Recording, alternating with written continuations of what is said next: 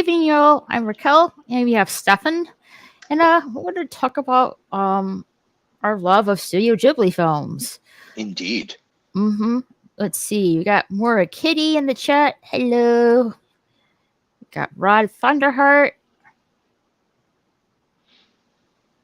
Yes, Michelle. Indeed. And you, of course, Stefan. Yeah. There I am. And of course, yep. Mr. Stream Elements. Oh yeah, like I was that was weird. Like I did a podcast live stream, whatever you want to call it, this morning, and for some odd reason, when I put the bot command in the chat, the Stream Elements bot wouldn't take my command in the chat for some odd reason. I'm like, I was trying to well, for example, let's say I was putting, exclamation point Mora Kitty in the chat, and the bot wouldn't put her link in the chat. For some odd reason. So is there perhaps a settings issue? I'm not really familiar with the StreamYard. I'm not really sure. Hopefully the issue has been resolved. If not, then I'll have to figure it out and fix that somehow. Hello, hungry for more Starlin, like the 1970s Gamora. I'm not very familiar with the 1970s Gamora.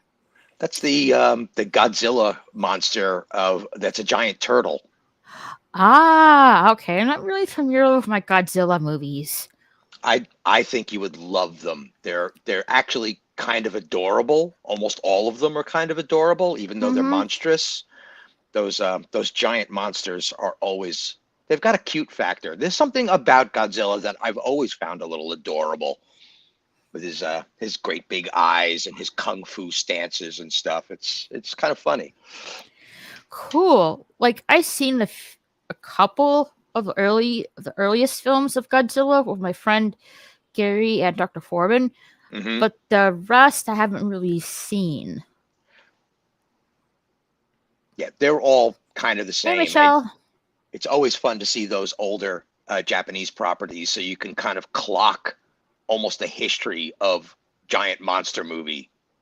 What the kaiju tropes are all in there. Every single one of them come from some of those movies. Oh, so you're thinking about seeing a hypnotist to help you with something I saw as a little girl in Ireland? Okay. Hey, Dialect. The link should be in the chat for you on my Gilded server. No, that's Gamora, Stefan. LOL. Oh, sorry. That's my mistake. When I was 5 years old, I had an encounter with a Banshee Spirit in my room. She kissed my forehead and saved me back to sleep. Wait. Banshees sing?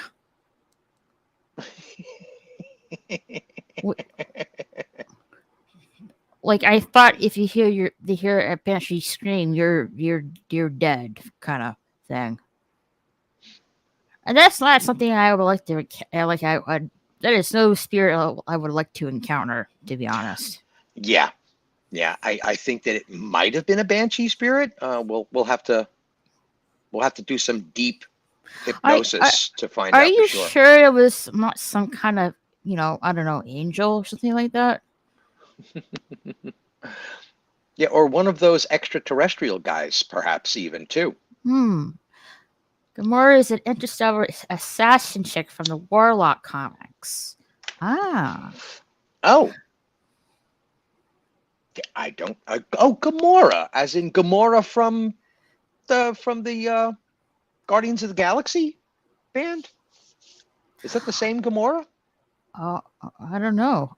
I'm so sorry, Michelle. The next morning, I told my mother what I saw, and she told me her father, my grandfather, lost his battle of cancer.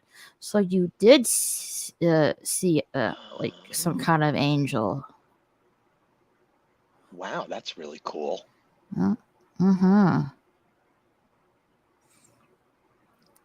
But Gamora is fab too. LOL. Ever since that night when I was 5, I've been looking for answers to what I saw that night in my room. Well, it was just your spirit of your grandfather giving you comfort, telling you he's okay. Yep. And I would even expand on that to say that it may have been another relative's spirit trying to inform you that his spirit had joined them. So I've heard that as a potential, as a possibility of dream visitors. You've seen all the Godzilla movies, but Shin Jojira, most recent Japanese one, is deadly serious and fantastic sci-fi. Accurate. Being Banshee are fairy folk who are ghostly and look after Pacific Irish bloodlines. Why only Pacific Irish bloodlines, I wonder?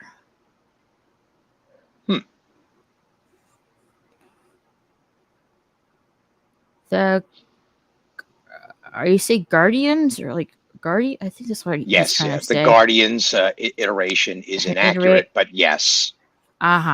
So it is Gamora, but more the comic book. I'm not really familiar with the series, quite honestly. Yeah, it was one of those comic books where they teamed up a whole bunch of what they call B and C list superheroes, and Guardians of the Galaxy was a collection of a lot of eclectic characters. Some of them new, but some of them were from older iterations. Because I think Gamora has been involved in the space realms for quite a while. But I am not entirely sure. I am not a comic book geek.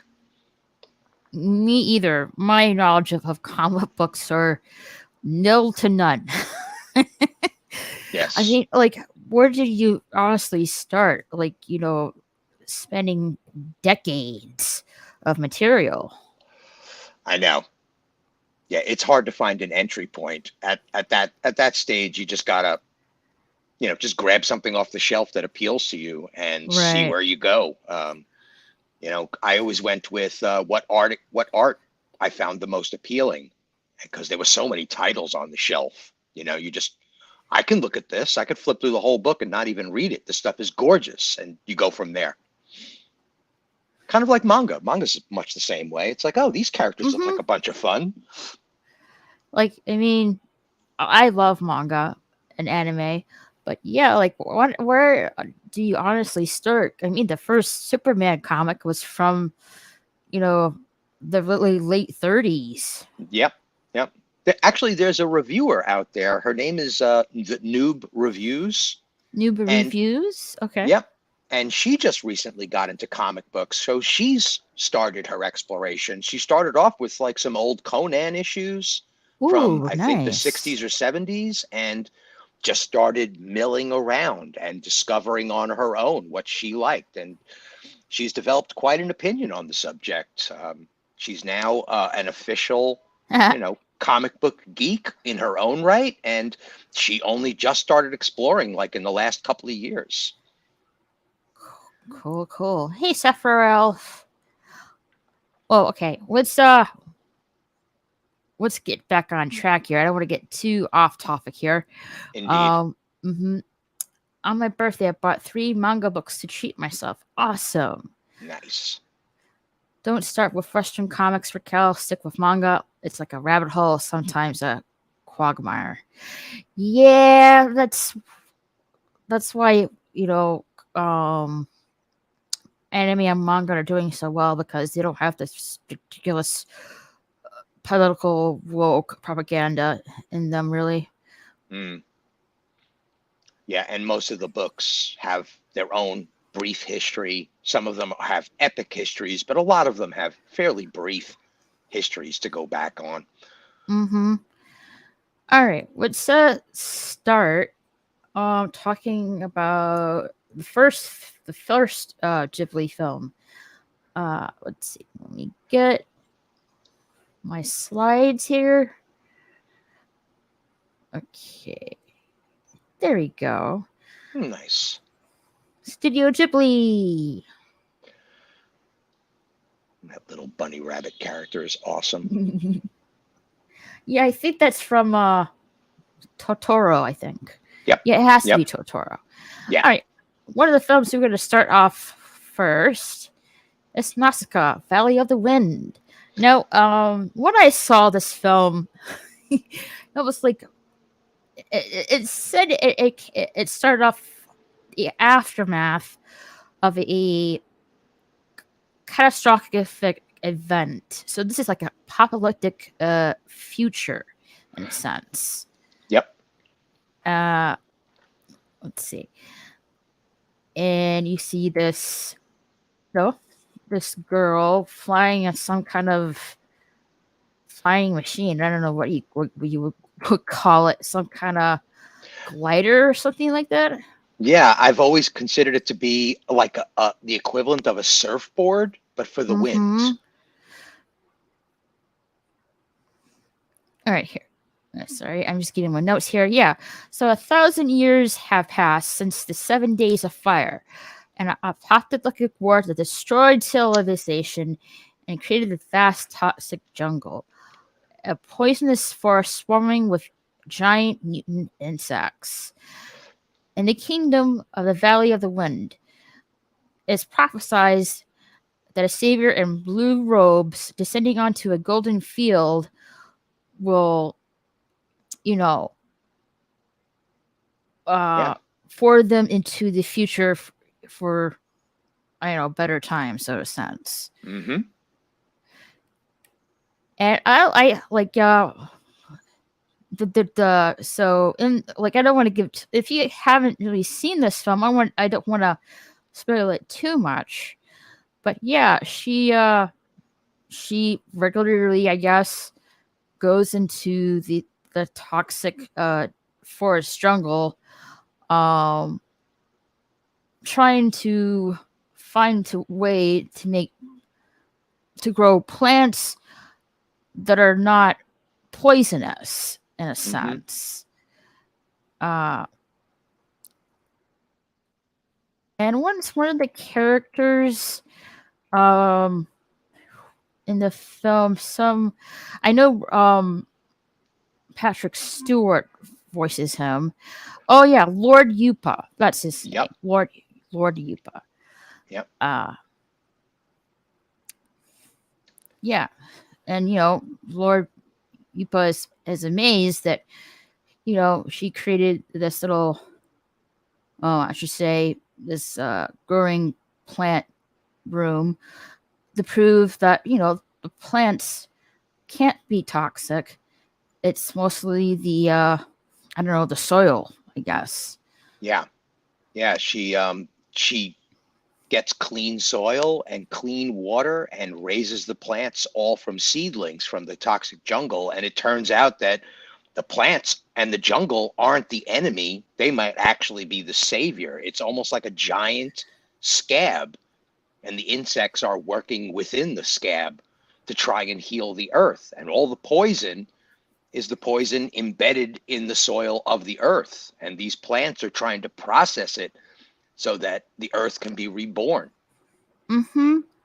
No, like they didn't really in the movie. Didn't really explain how we from what they told us in the beginning of the movie.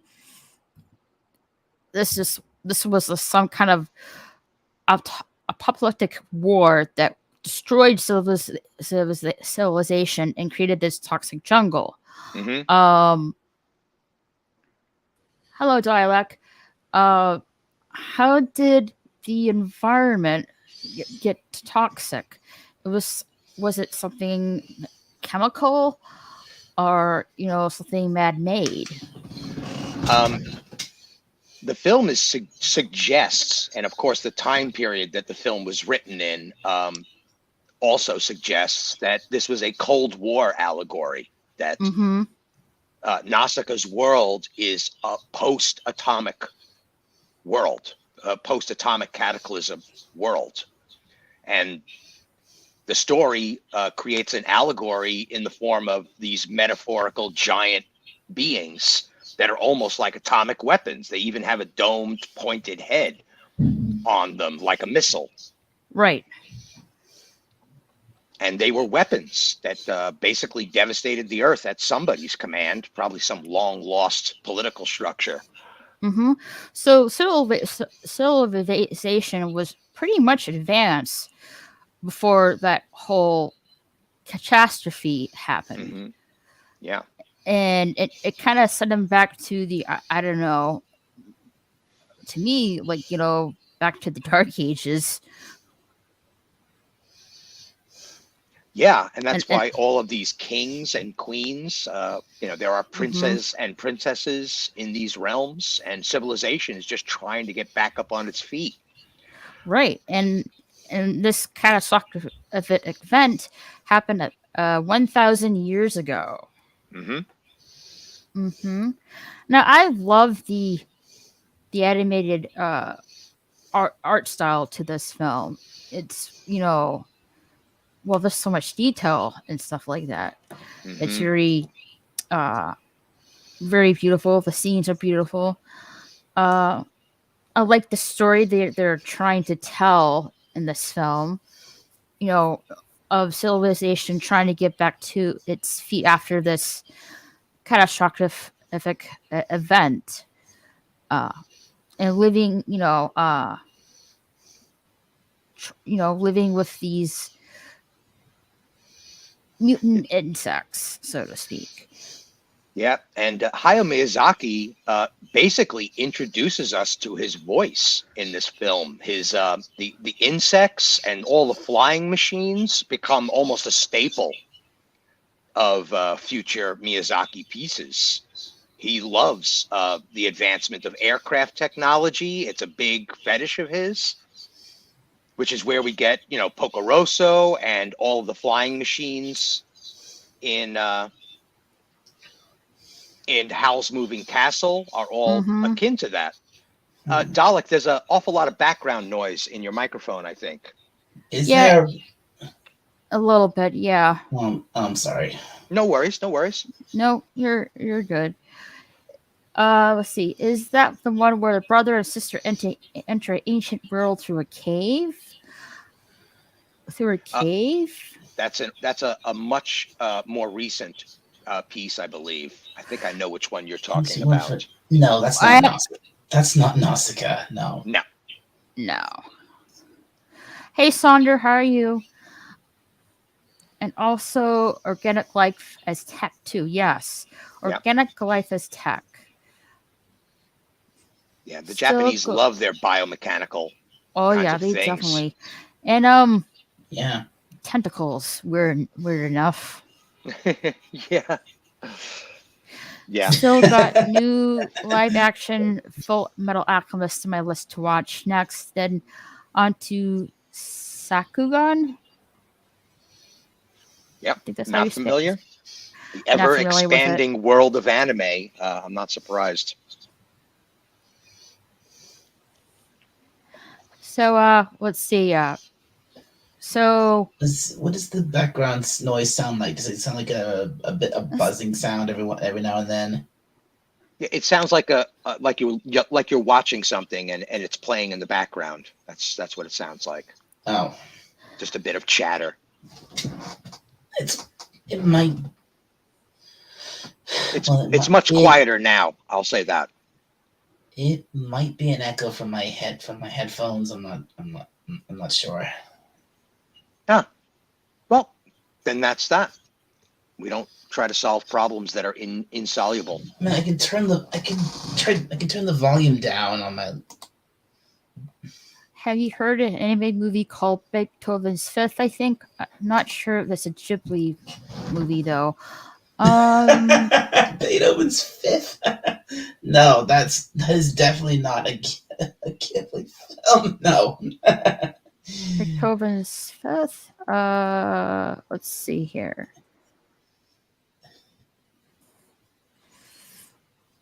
No, I don't really know if that's a Ghibli movie or not?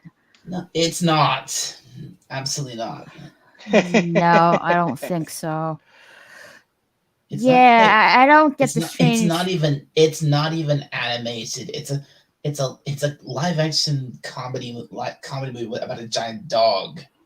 Oh, that's Beethoven. Yeah. But he said this is. But he's saying this is like a animated movie called Beethovens Fifth. I'm not familiar with I'm an looking it up anime movie right calling. now. If there's a film called that, I've never heard of it. No, I haven't heard of it either. I can say this again. It's not. It's definitely not a Ghibli film. Nah, I don't think so. Yeah, hungry for more. I don't get the technical thing either with their anime, to be honest. Sakugan is a father-daughter mecha minor team that get caught inside Hollow Earth.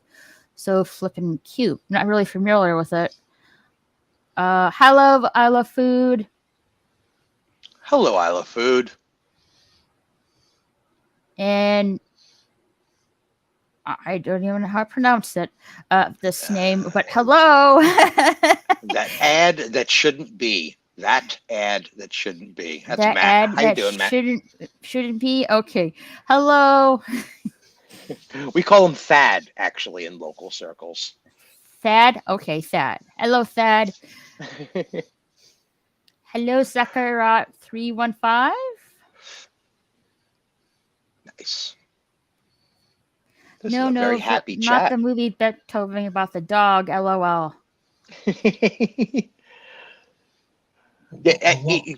There's a general rule with what were you talking about? With Ghibli films. There's almost a tonal parallel to Disney, early Disney features. It's very gentle. It gets into some very deep lore. It has the feeling of the Grimm's fairy tales always present, but they're almost all historical in nature. They're telling a story about the history of a world almost. The world building is always very, very good, very well executed.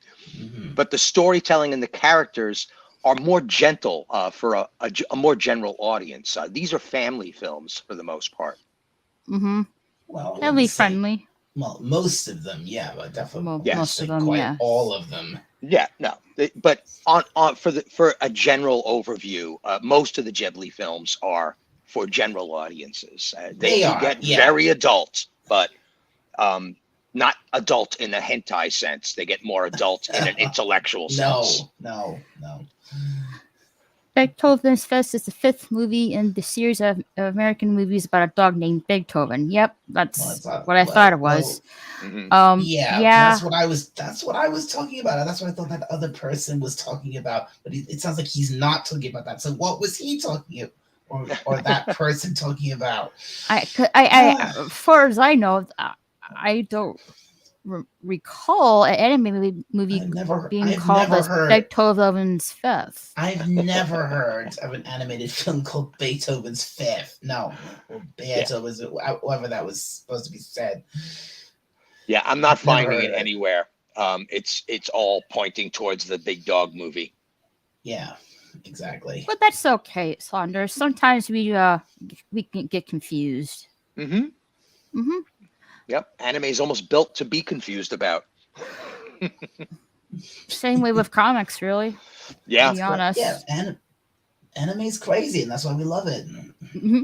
I stopped watching porn and started watching hentai just because there is at least 6-part story to it. Okay, I guess, yeah, good for you. You do you. It's not really kind of my thing. I think it's Beethoven Ninth. Sorry. Oh, I don't know. I will continue to look. What is that? I'm actually really curious at this point. So we'll see. I am as well. Like, I found something on Reddit. What do you mean you found something on Reddit? Let's see, Beethoven's Ninth. And I'm just going to put in anime to clarify it to the old Googles. Are you talking about? Oh, I see it here. It's a slideshow. Beethovens Ninth. Oh, it has directly. It seems to be attached to Evangelion. Maybe that's what he's. Maybe he's remembering that from that series. I didn't really get into that series, but that's probably most likely where you're remembering it from, Sonder. Yeah, it says here that I've seen most of Evangelion. I watched it years ago. It says that the title From Beethoven 9 is a song from Evangelion 3.0. Oh, it's from the reboot. It's from the redo movies. But it does seem that the song does penetrate into a lot of other animes as well. So definitely worth a Google search, and good on you for bringing up even more intellectual diversity in the anime realms. Definitely. Now, getting back to the movie here. So you're in the Valley of the Wind, and these military troops come into the valley and kill the main character, the king's daughter's dad. The dad's feeling, he's old, he's feeling ill, and the troops come in, or the military come in and kill the king, which upsets the daughter and enrages the valley. And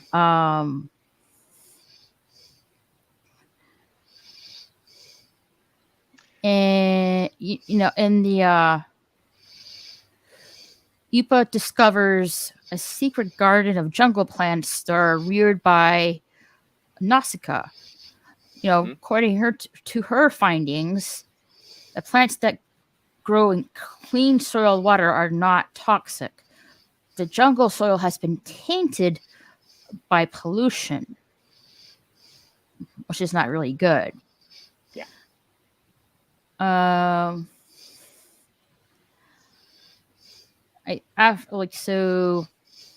after that, I guess the military's secret mission was to revive one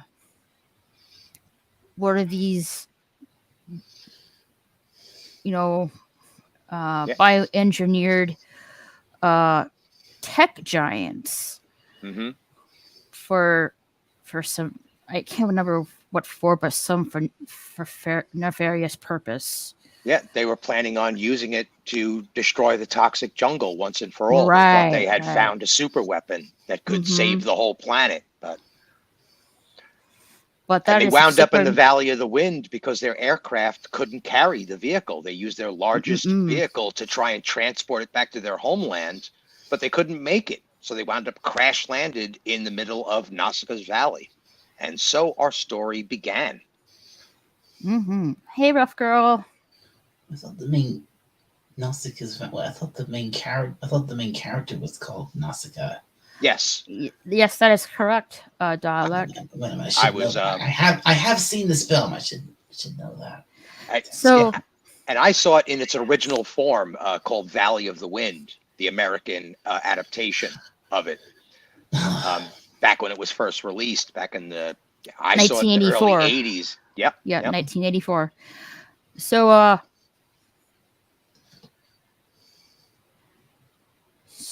I guess they're Nausicaa and this guy. How do you say his name? Asbel or something like that. Yeah. Returned to this I guess some kind of sand village, and it was ravaged by the insects. And I guess at this stage the insects are enraged. So they're so all the insects were going towards the Valley of the Wind, which is there's no wind at this point, which is like a bad sign for people that live in the Valley of the Wind. So Nausicaa, on her glider, attempts to calm down the insects or the orms, as as these say in the film. And she I guess she almost got trampled by the orms, so to speak. And then everything goes silent, and are we gonna spoil it? A little bit, but and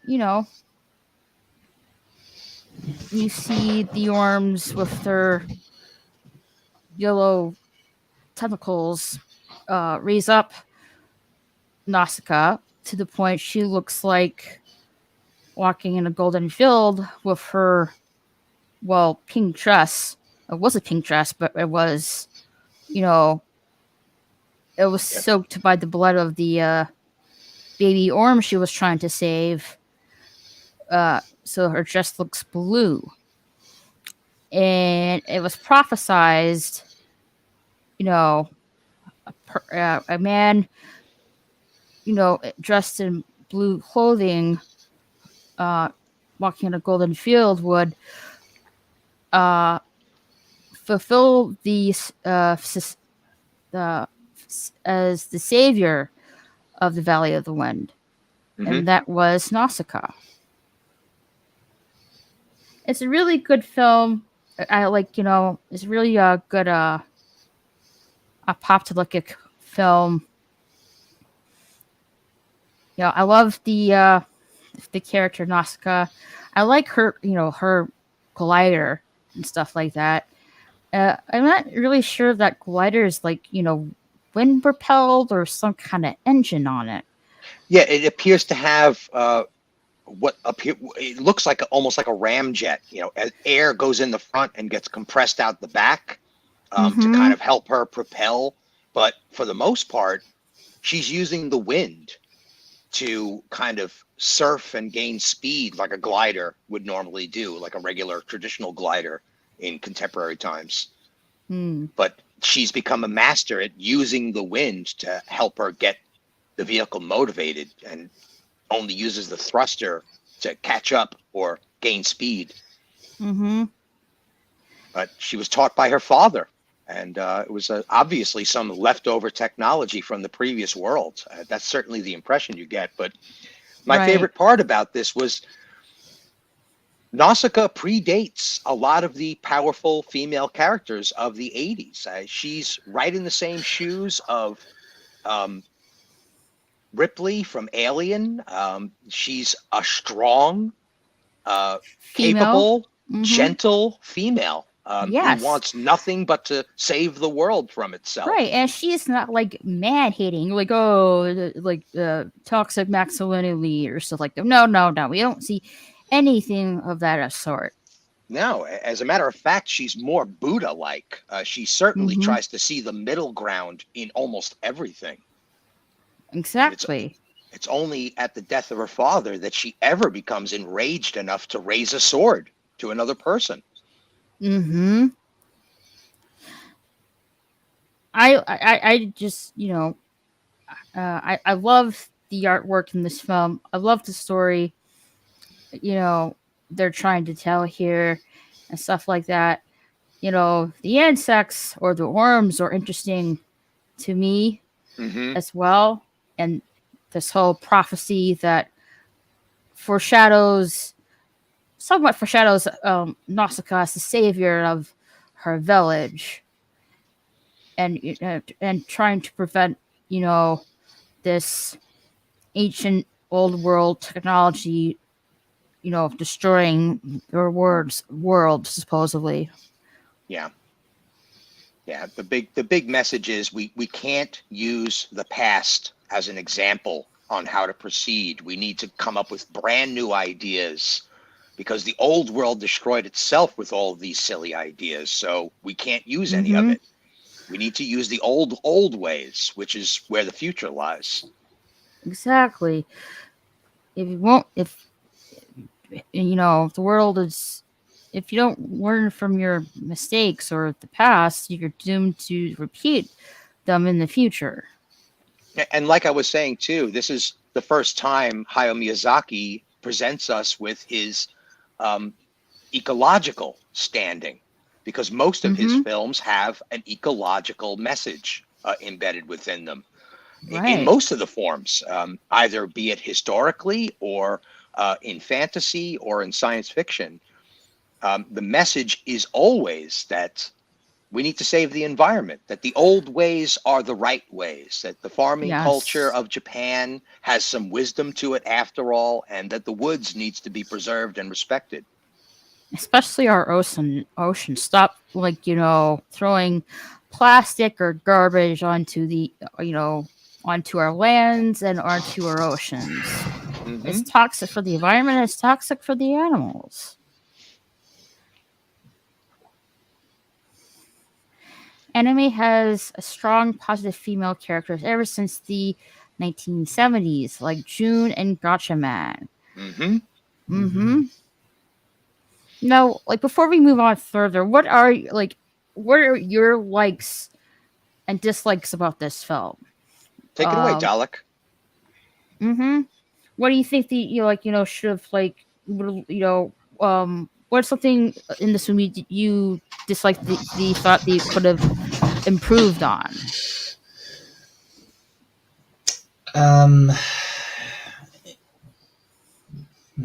It's been quite a while since I actually saw this film. And I'm not sure if there's anything in it. If there's anything in it I would change, really. I mean, What are some high points that you saw that you remember? I mean, what's your favorite when you recall the movie? What do you think is the big high point that's just like, oh yeah, that one part or this one piece or this one character was so cool? I remember, well, the parts I remember. I remember when I wanted to bring this up before. I remember when Nausicaa first met that little golden squirrel creature or something like that. Yeah, the fire it's a fox squirrel, a little fox or something something like that, little fox creature or something like that. and I actually wanted to say I think that little creature appears in another Ghibli film, doesn't it? Yeah. I think that's the next film. I think that's the next film we're going to talk about. Yes, it is. Yeah, it appears. Right. It's appears as one of the background creatures living in the landscape of the next feature.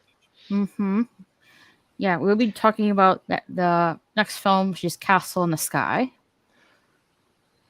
Yeah, that scene to me. I mean, if you catch a clip and just go, her introducing herself to this frightened to death little fox squirrel, and it does the only thing it knows how to do, and that is try to intimidate this intimidating force approaching it, and bites her finger, and she's like, nope, it's all cool, don't worry about it, you can't hurt me, I'm good to go, I'm not gonna hurt you.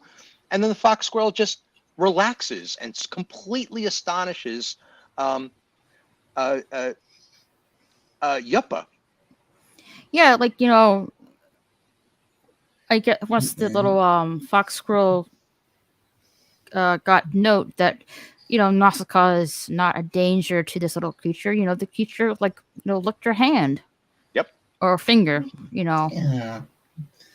And it presents Nausicaa as a magical being almost, because even him in his miserable travels throughout the collapsing world around them, he's miserable. He knows that the world is ending, and he doesn't even know how to bring himself to tell anybody, because it's such bad news that he's discovered throughout all of the realms of the world that he's traveled through. And when he witnesses Nausicaa not only stop one of these gigantic ohms with a whistle and a couple of fire bombs, she's able to tame a creature that he thought might be completely lost to its wildness. So even he's astonished. Even he sees that this young princess might have some gift that, even he can't explain in all of his travels. And she seems completely oblivious to her power, which makes her even more magical. She's like a benign force of nature. Mm-hmm. And this is where the prophecy is being foretold in the story.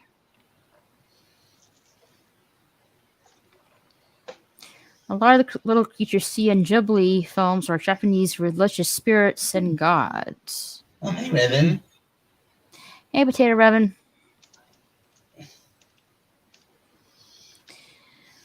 Like, there's anything else you guys want to say about this film before we move forward? Considering that this was a fluke, that the film was made, that he was simultaneously making this film with a brand new company that was slowly being invented by him and his friends.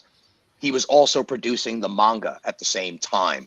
So one was inspiring the other, and he was trying to gain financing while at the same time creating a company that would basically become a staple in Japan.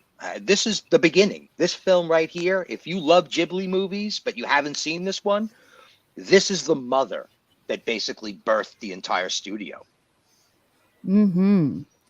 Like, there's like another, I think Hayao Miyazaki had his hands on this film, but it is an animated movie, and it's called Lupine the Third, the Castle of Cagliostro, or something like that. Cagliostro. Cagliostro. Cagliostro.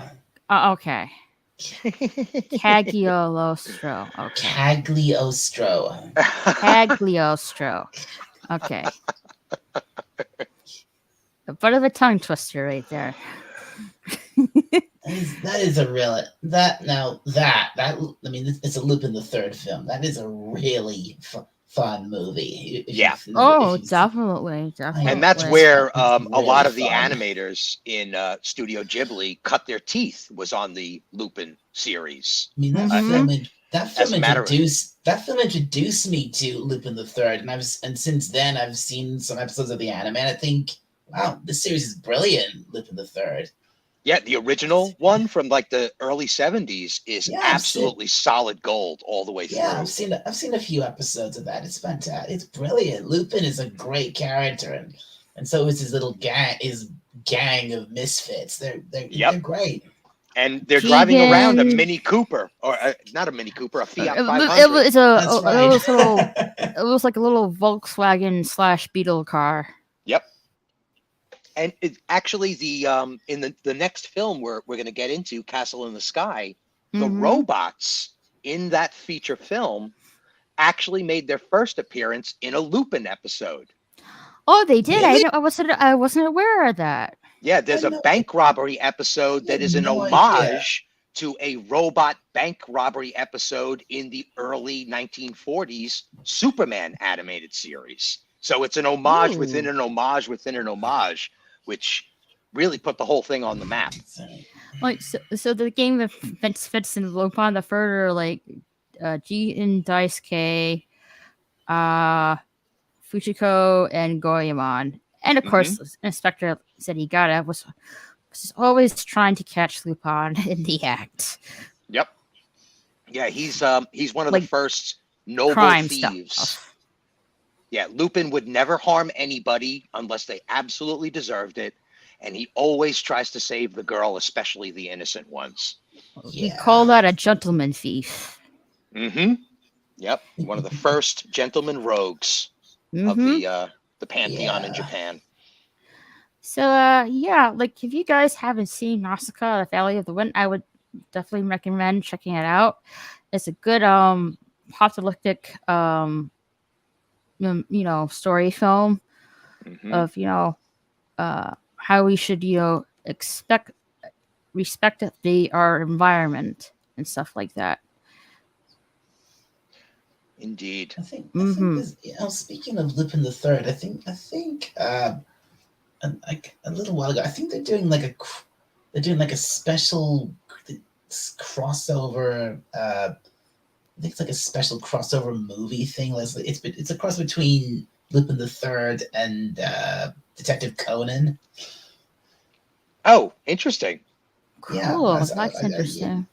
Yeah, it's literally gonna. So it's gonna. Yeah, I think it's like literally gonna be Lupin versus Conan. All right, on to the next film, Castle in the Sky. Nope, that's the wrong one. There you go. Yeah, Castle in the Sky. So this is one of my favorite Studio Ghibli films. I believe this was from 1986, I think. And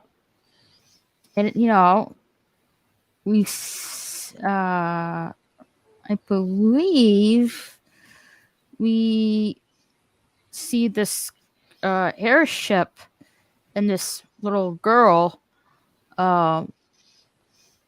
looking sad in this little airship, looking like supposedly captive against her will. And she's wearing this blue crystal pendant around her neck. And she tries to escape. But she falls from the airship. You think that would be, you think that would be it for the girl. But the amulet, begins to glow, and, she just calmly, floats down to the earth unconscious.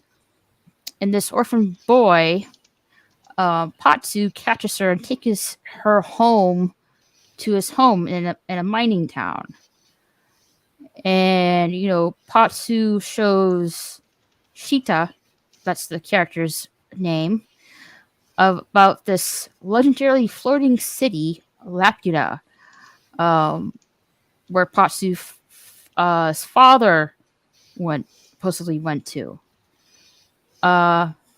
These pirates and the government are pursuing Shita because they want the amulet. So Patsu and Shita are trying to escape from these pirates and the government that are pursuing them. And, trying to find a way their way how to get to Laputa. I love. To be honest, when I saw this film, I wish I can I kind of own that necklace as well. Because I'm a girl and I love jewelry and stuff like that. I am sure you could find a replica somewhere. There's got to be a replica or an original piece from when the film first released. Japan loves their little trademark items. Mm-hmm. I believe it was revealed at some point in the film that she's actually Laputan royalty. Right. And I guess I don't think it's really explains why, as the royal family left Laputa. I don't think they fully explored into that, did they? I can't really remember. They do a prehistory in the title crawl. There's kind of a visual, almost a storybook kind of description, as almost like a prelude, not a prelude, whatever, an introduction to the world that they show them mining, then they find this special gem, then there's all these flying machines, then there's all these flying cities, then there's a war, and the cities start falling out of the sky, and we're left with the mystery, and that's when we start getting introduced to characters. Mm-hmm. The same thing happens in Nausicaa. There's kind of like a prelude in the film where they show a kind of a prehistory of what might have happened in storybook form almost. Mm-hmm. And now, like, you know, Shita and Patsu did get somewhat captured by the pirates, and they're trying to escape from the government.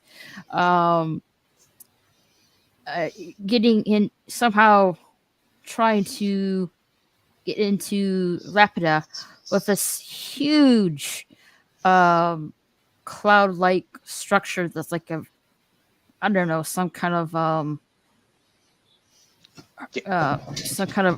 strong thunderstorm or something like that. So like something like those lines. Yeah, it's hard to tell as to whether or not the storm, this hurricane that's almost like a shield around the city, whether or not it's being formed because of the atmosphere and the city is interfering with it, or it's a shield that the city created to protect itself. It's really hard to tell. Like kind of magic, like some kind of magic weather shield or something like that. Exactly. Yeah. Because when, like, you know, when Shita and Patsu are going through the storm, you know, Patsu, you know, I don't know if he's like imagining this or if he's really seeing this, but he sees, you know, maybe he actually did see his father into the storm, or he saw or he's just imagining things that, you know, his dad is still going through into the storm and, you know, and guiding him, so to speak.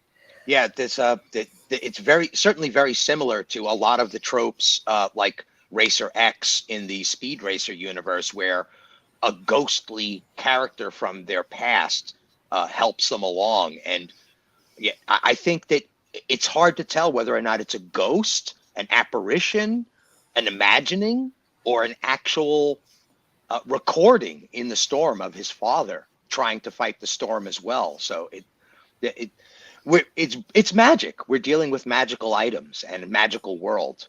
Certainly, once they get to the city, it becomes very magical. Mm-hmm. And like you said, one of the robots that you see in this film, you see them in this episode in Lupine the Third, season 4, episode 52. Farewell, my beloved Lupin. Yeah, it's the story in that is actually a woman that looks a lot like Nausicaa. Her father invents a robot, but this bad guy blackmails him into using the robot to rob banks, and Lupin puts a stop to the whole thing. But the robots are 100% the same exact robots we see in here. This is actually replicating them. But that's the episode number according to IMDb.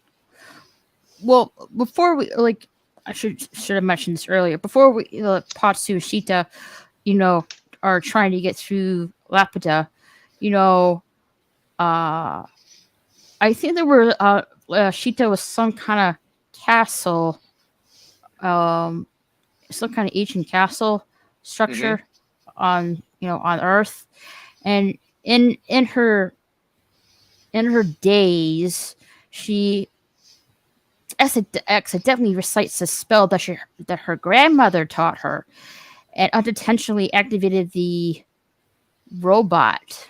Right, which is an artifact that was found by the government, which kind of led them down this thing. And the symbol on its chest resembles the symbol on her necklace. And it, robot creates havoc until it's destroyed by the military airship. I think its name's Goliath. I think. Yes. And then we get to Patsu and Shita and the pirates trying to get into Lapida. You know, they get into Lapida. You know, they see, Patsu and Shita see the same robots, but most of them are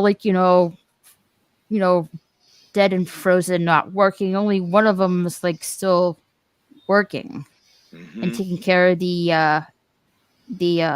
animals up there. Yeah, almost preserving an ecosystem that's developing on its own. Yeah, once again, that don't dig too deeply, respect Mother Nature. The real power is always at the center, and it seems to always involve a giant tree of some sort. The tree of life. I think that's what they're implying. The tree of life. Yeah, one certainly could. That's certainly what the giant tree represents in My Neighbor Totoro, which is coming up probably 1 or 2 down the road from here. Now, like the villain, I can't wait to get to Totoro. We'll get there. We'll get there. We're gonna take like one step at a time here.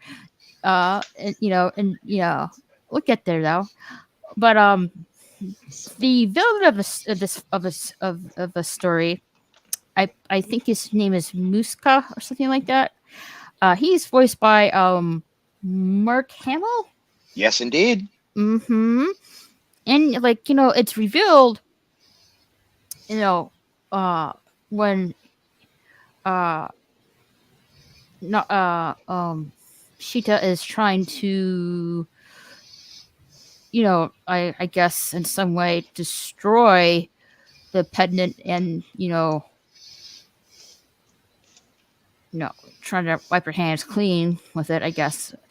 It's revealed that Muska, it's also from the Laputan royal family, and it's trying to,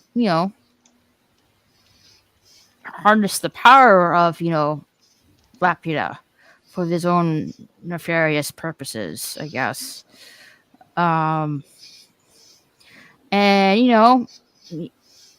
Muska, is like demanding, Sheeta to hand over the amulet. She refuses, and he shoots off her lovely pigtails off, which is very scary, very tragic. Well, no, not tragic. I say, well, kind of tragic because we girls do like to take care of our appearances. So getting our pigtail shut off is like, scary. Yeah. I thought it was hysterical that there's a pigtail parallel between the mother of the pirates. And yeah. What's her name? I think Dola. That family is absolutely priceless, and I just in the chat. I find Dola and her big family hilarious. And they all swoon over both of them. I mean, the boy has got so much gumption, and she's just so charming. They just can't help themselves. It's the power of love. It's classic Japanese anime trope of the heart will always win over wickedness every day of the week without even trying. And this most of these Ghibli films, it's always the way the rule works. That because they look after each other, like the whole world falls into line for them. No, Sheeta's amulet accesses Laputa's technology, or Laputan. And, Muska tries to unleash the secret weapon of mass destruction and from a dormant robot army. Destroys Goliath and its crew, and, declares his plans to conquer the world. Sheeta steals back the amulet and flees. She gives the amulet to Patsu through the escaping hole in the wall. And they're cornered by pursuing Muska, and refuses to give the amulet to Muska. Muska shoots her pigtails off, and he reveals that the people of Laputa left because they realized that man was meant to live on Earth. So Patsu arrives, and both of Shita and Patsu say the incantation of the spell to destruct the crystal, causing the center of Laputa to collapse, which blinds Muska, who falls to his death. Shita and Puska are protected by the tree roots, and Patsu and Shita take the kite, somewhat reunite with the pirates that somehow got loot of treasure on their hands. Yeah. It's all good fun. Hey, Hakeem. I love some Studio Ghibli movies. My top 3 has to be Spirited Away, Graves of the Fireflies, and Porco Rosso. Good choices. Yes, very good. Very good.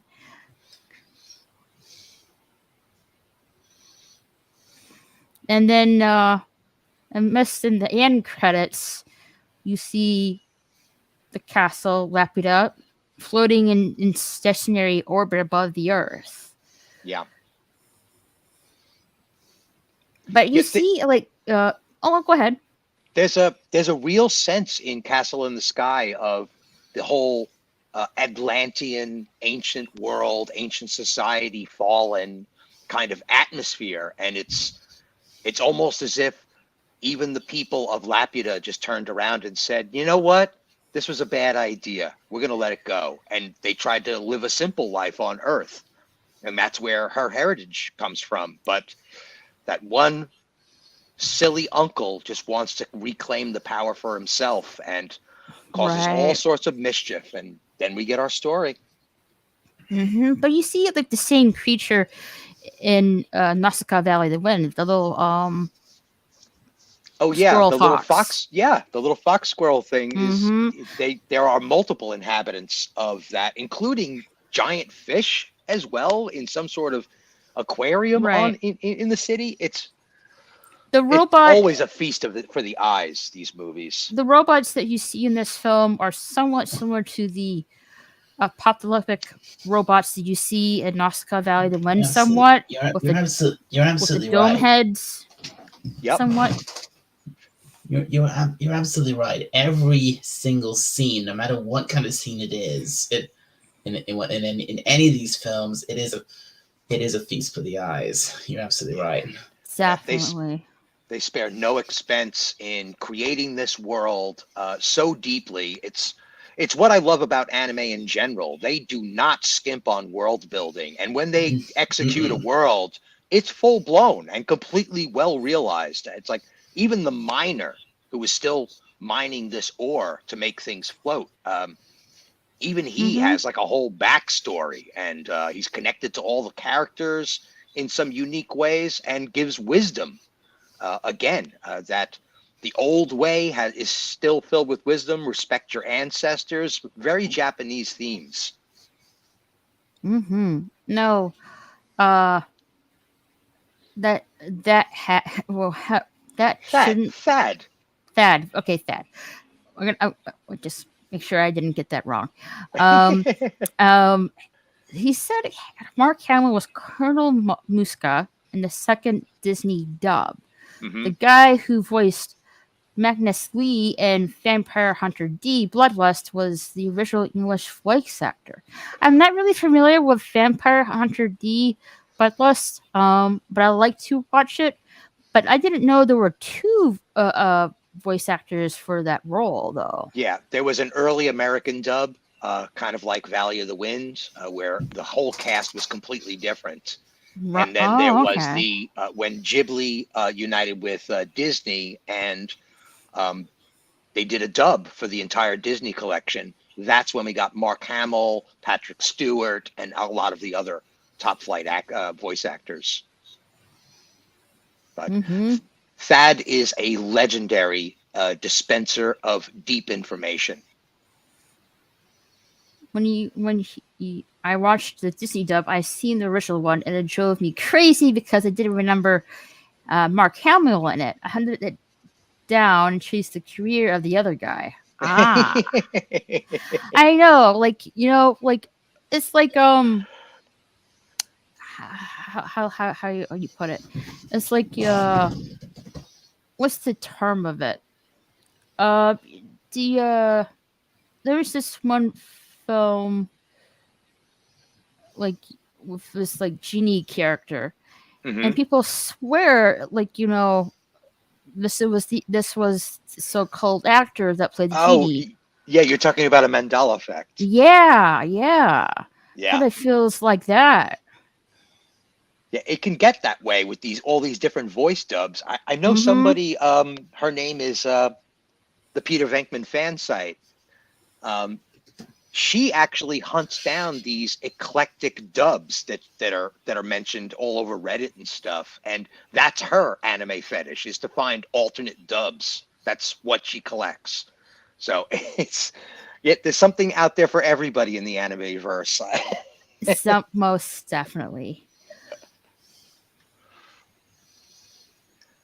And by the way, Raquel, both the original Vampire Hunter D from the 80s and Bloodlust are both magnificent films.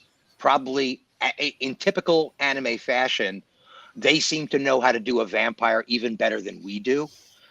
So definitely worth a watch.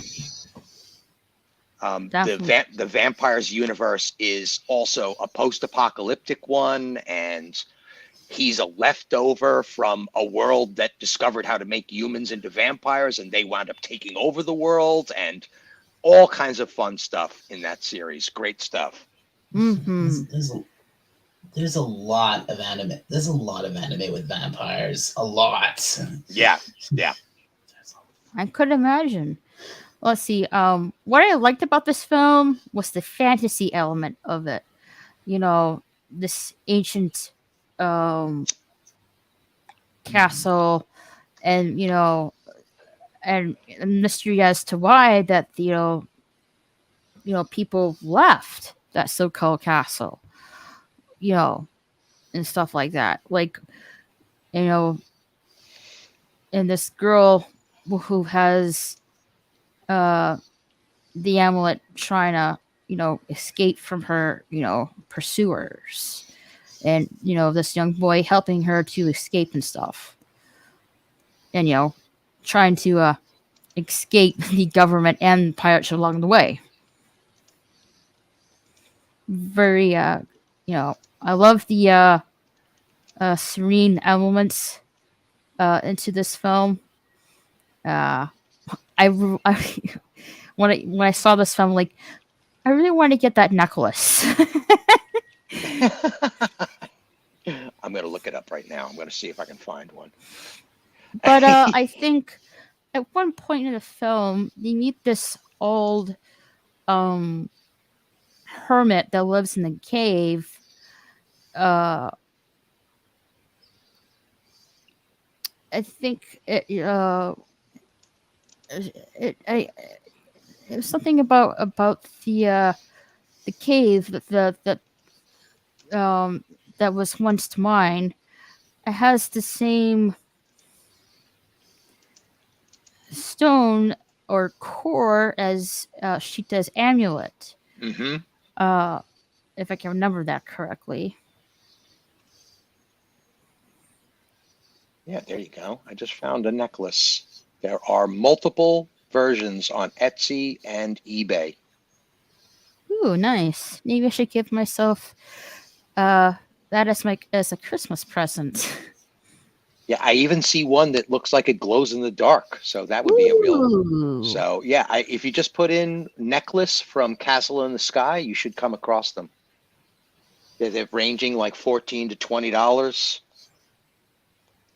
Oh, that's not too bad. Yeah. Yeah, vampires don't sparkle. Oh, the actor. No, definitely not.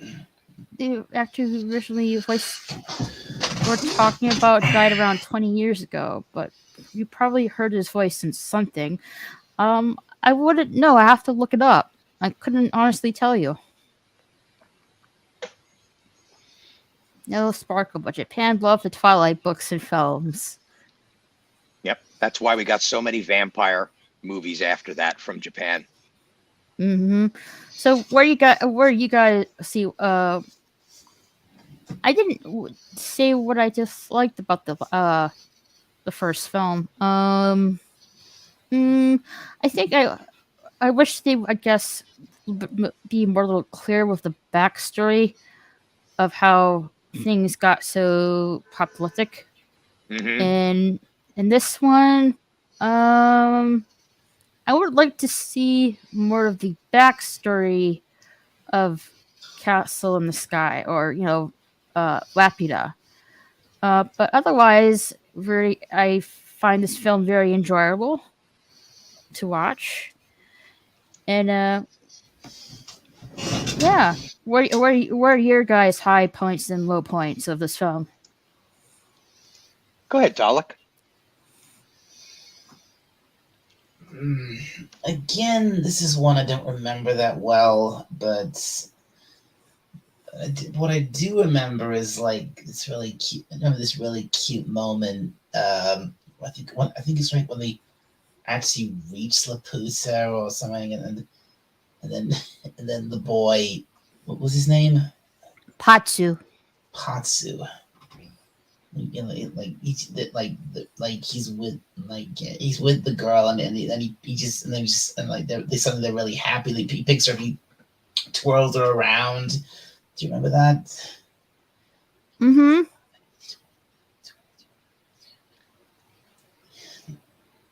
Yeah, and they almost fall off the building, don't they? He's twirling her around so much, and yet they don't fall off the building. It's just one of those adorable moments. Yeah.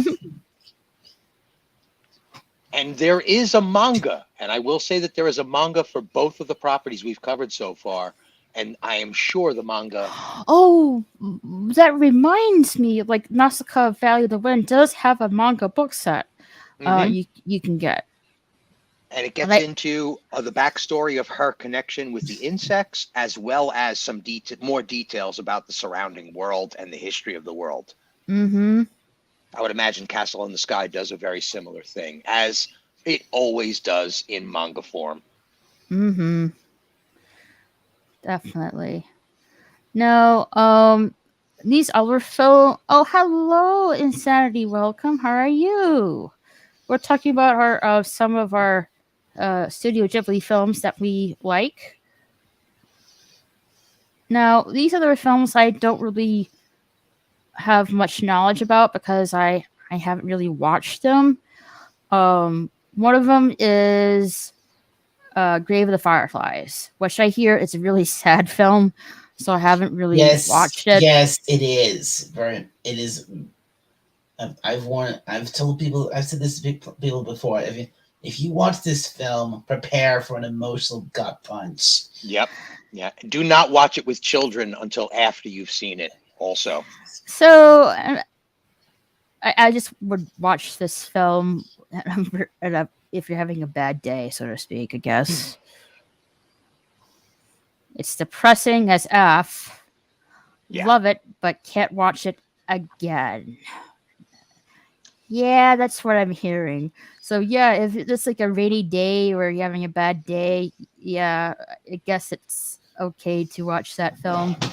But I haven't really seen it myself, so I can't really say anything about this film. Well, let me give it a quick synopsis just for the go ahead audience. So this is the nice one. So this is what nice one we're looking at. Yes. Right. So Grave of the Fireflies covers a story about our two main characters shown here on the cover, a young boy and his little sister. Yeah. And they've pretty much lost everything.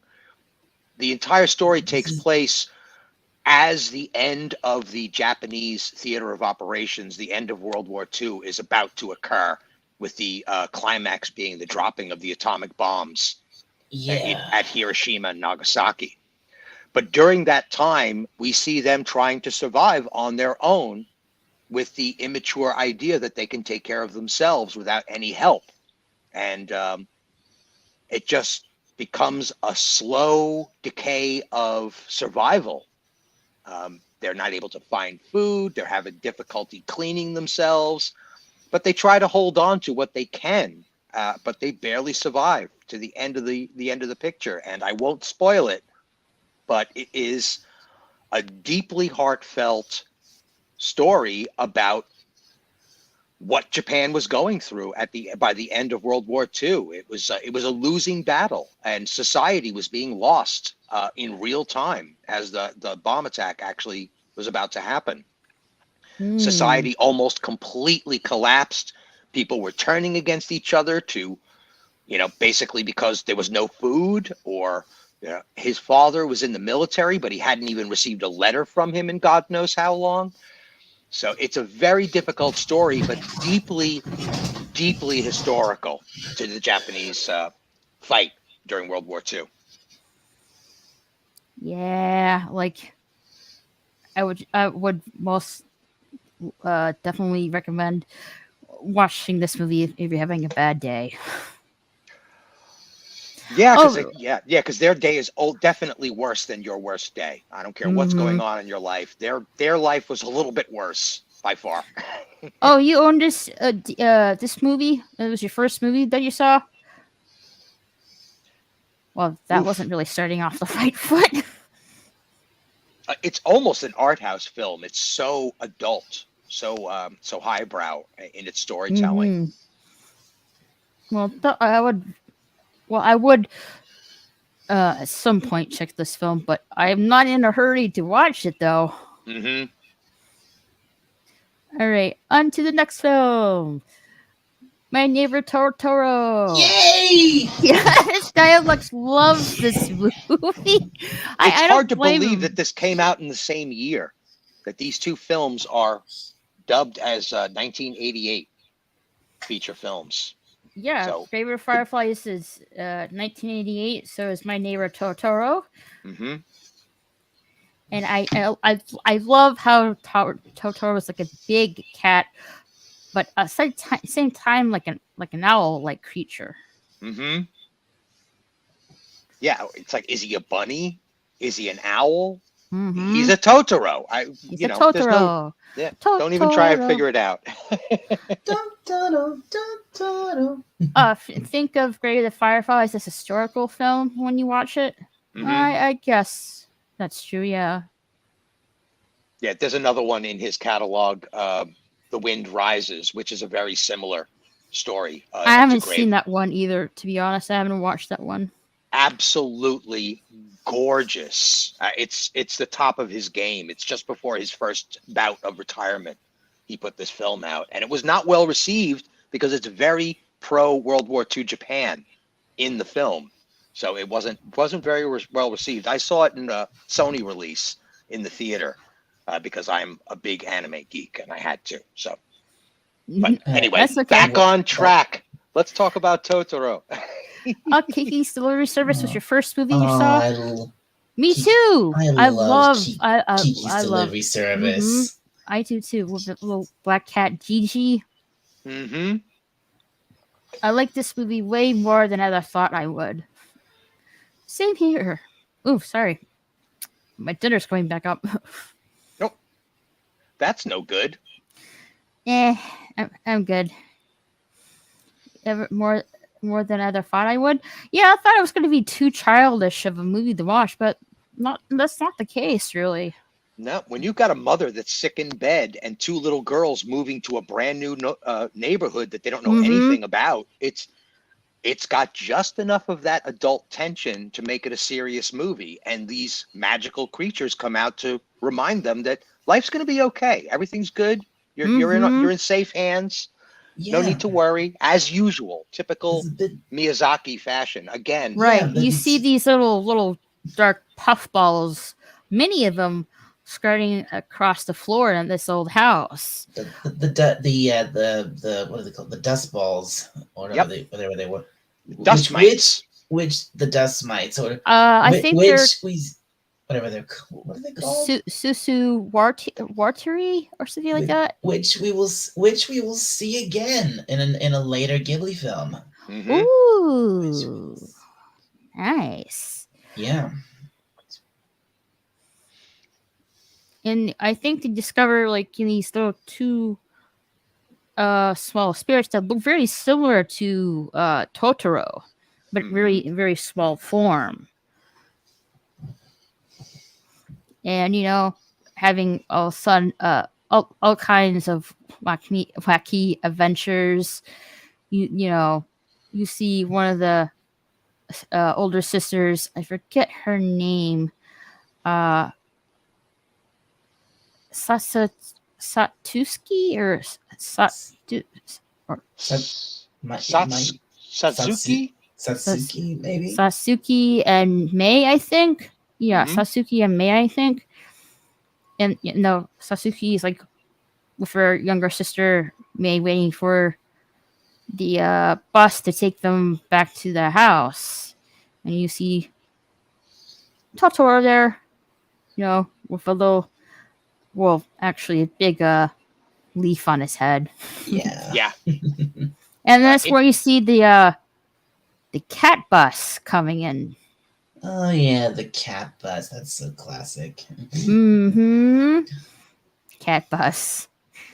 I wouldn't mind taking a cat bus. Like maybe extra fast. And this is the sister's first experience with Totoro. She had only heard from her little sister that this creature even existed. And she's like, no, you were imagining things, or you fell asleep and had a dream. And then she meets him at the bus stop. And then they get the cat bus, or they get, the cat bus shows up and drops some people off, or he gets on and leaves because they're waiting for their father to come back because they're worried. Their mother's in the hospital and dad's missing, and they start panicking. And Totoro shows up to chill them out. He said, don't worry about it. It's all going to be cool. You're cool. Interesting voiceover note. Dakota and Ellie Fanning. She gives Totoro her umbrella. That's right.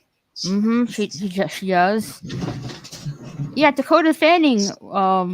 Dakota and Ellie Fanning play the older and younger sister in the voiceover, in the dub. I didn't know that. Yeah, so they definitely have that kind of chemistry on screen between the two of them. Definitely, which is good to have. Especially in films.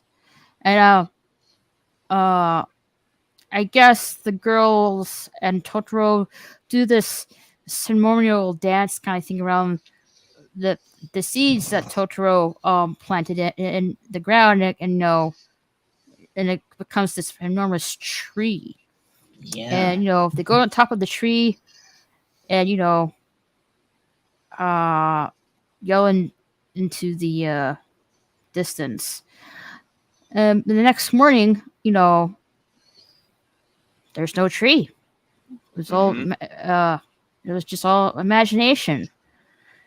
But there's a sprout in the garden. But there is a sprout in the garden, yeah. The girls find out, their mother has to be stayed in the hospital because I guess setback of her treatment, I guess. And May the little girl does not take this very well, and argues with her argues with her older sister. The younger sister does not take it well, and she runs off. Yeah, and her older sister can't find her, and she goes into panic, and that's when she goes to find Totoro, goes to find Totoro for help. Yeah, and they go to so she's the older sister's in the cat bus, and they with Totoro, and to find her younger sister May, and they do find May crying, holding this cob of corn in her hands to bring to her mother. They do go to the hospital and leave the cob of corn there on a branch of a tree, and for folks swear, her mother swears that she thought she saw her two daughters on that tree branch. and the cat boss, takes them back home. Mm-hmm. Yeah. Yeah, there's a wonderful closing that leaves you with this sense that maybe it all did happen. Maybe Totoro really is real. I mean, there's the corn, and their initials are carved in it, and or some statement of "get well" or something like that. So it's a really wonderful magical ending where you're just like, maybe it really is all happening. It's hard to say. Yeah, that's where they after they go to see the mother in the hospital, and they're riding home in the cat bus, that's where the film ends pretty much. So eventually, the mother returns home, and then we do get a nice little montage in the closing credits of what happens next. The mother's all right. She comes home, and and while Totoro and the other interesting creatures are like watching the girls from afar. Yeah, very family friendly kind of film. I mean, you can watch with your family. I must have maybe I'm misremembering it, but I didn't get the impression the whole thing with Totoro was supposed to be ambiguous. It was is this happening in their is this really happening, or is it happening just in their imaginations? I didn't. Yeah, but you definitely get the impression that younger children with more of a gaping imagination, the youngest girl sees him first, and she does. There's even a suggestion that if you lose focus, he becomes transparent, and she tracks him into the forest. So there's definitely a magical element of whether or not the spirit chooses to reveal themselves. Right. This is the beginning of the Ghibli studios, almost a fetish with the mystical creatures and the spirits of the forest in Japan, which we will come across in other films. Now, I definitely like this film. It's family friendly. I love, Totoro, because he looks like a cat. So the cat bus and stuff like that. I would like to, let's see, what I didn't like about this film.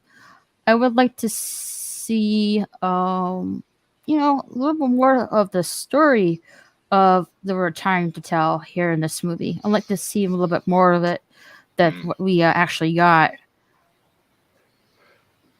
What are you guys? What are you guys? Your thoughts about this film? I suppose I get what you're saying, because this film is actually pretty short, isn't it? So. I believe it goes for 86 minutes. Yep. Yeah. An hour and 26 minutes. So yeah, 86 minutes. I think the only disappointing part that I had with the film was this entry of this weird show tune kind of song about midway through, where Totoro is basically flying around through the air, and it feels very Disney and almost out of place, but it's still a classic animated feature, moment where everybody's having a grand old time, and Totoro is a very powerful magical being, and on a top, he's flying through the air on a top. It almost feels out of place, but it isn't. It isn't. No. Look who's in the chat, Raquel. Brandon, hello. My neighbor Totoro love it. Saw it in the theater. Oh, lucky. Lucky you, Brandon. Nice. Hey, do you want to come up here with us? Oh, that would be great. Yeah. Let's see. Let me send it to you on Discord. And I am just going to step away for a sec. Okay.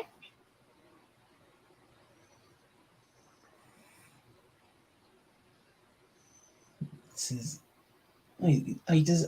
he has a few minutes, so I guess he will be joining us. Awesome. Let me message you the link real quick. Alrighty, there you go. Awesome. All right, I sent you the link.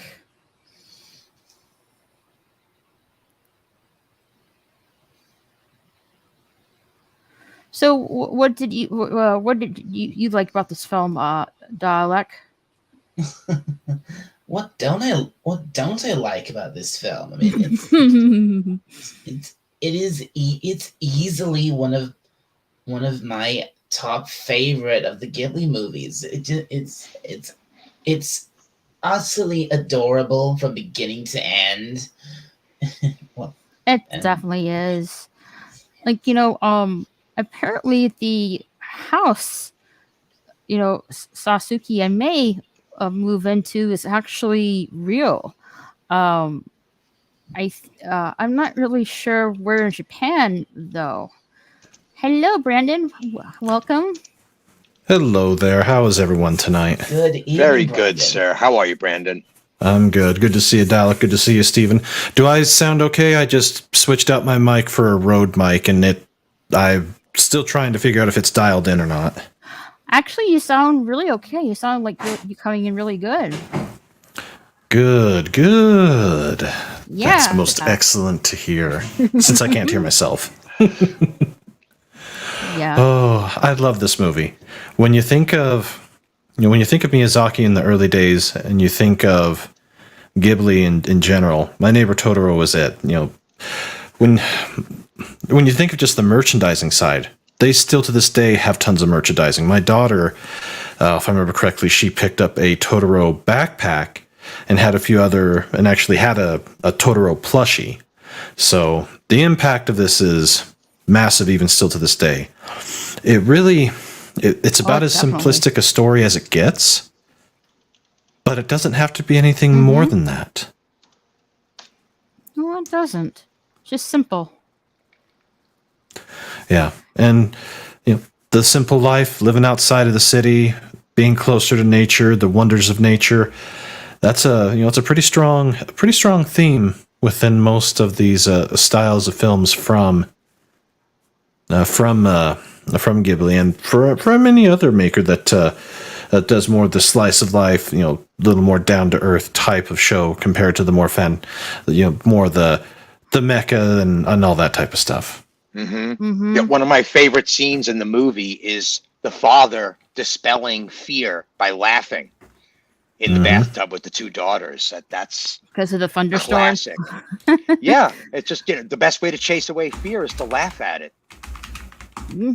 Yeah, that it is. Did we lose Dalek? Yeah, it looks like Dalek is out at the moment, but he'll be back. Oh, there he is. Mm-hmm. I don't know what happened there. Something. Can you hear us, Dalek? Something went wrong with the internet, and here. Yeah, the internet. I hate it when that happens. Well, the one thing about My Neighbor Totoro is the various dubs that are out there of it. You have the original dub, you have the more up to date one that they typically do now, but any version that you have of it, you can't go wrong. You can get the Blu-ray, the standard Blu-ray of it for only $14 right now from Amazon. One of the original DVD releases for $14. You can get the old original full screen edition for $40, or you can get the highly sought after and coveted Steelbook for only $23. Wow. Or the 30th anniversary edition for $35. Oh, really? 30 years? Yeah. Huh. Yep, the 30th anniversary edition version of it. So there's a lot of different releases of this over time.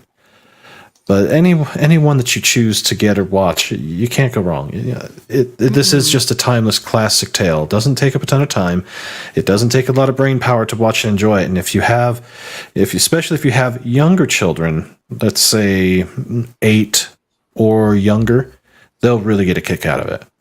And even though my kids, when we saw it in the re-release, they were 11 and 10 or 12 and 11, something like that. They still enjoyed it, but going to see this movie at a Fathom event is not cheap, unfortunately.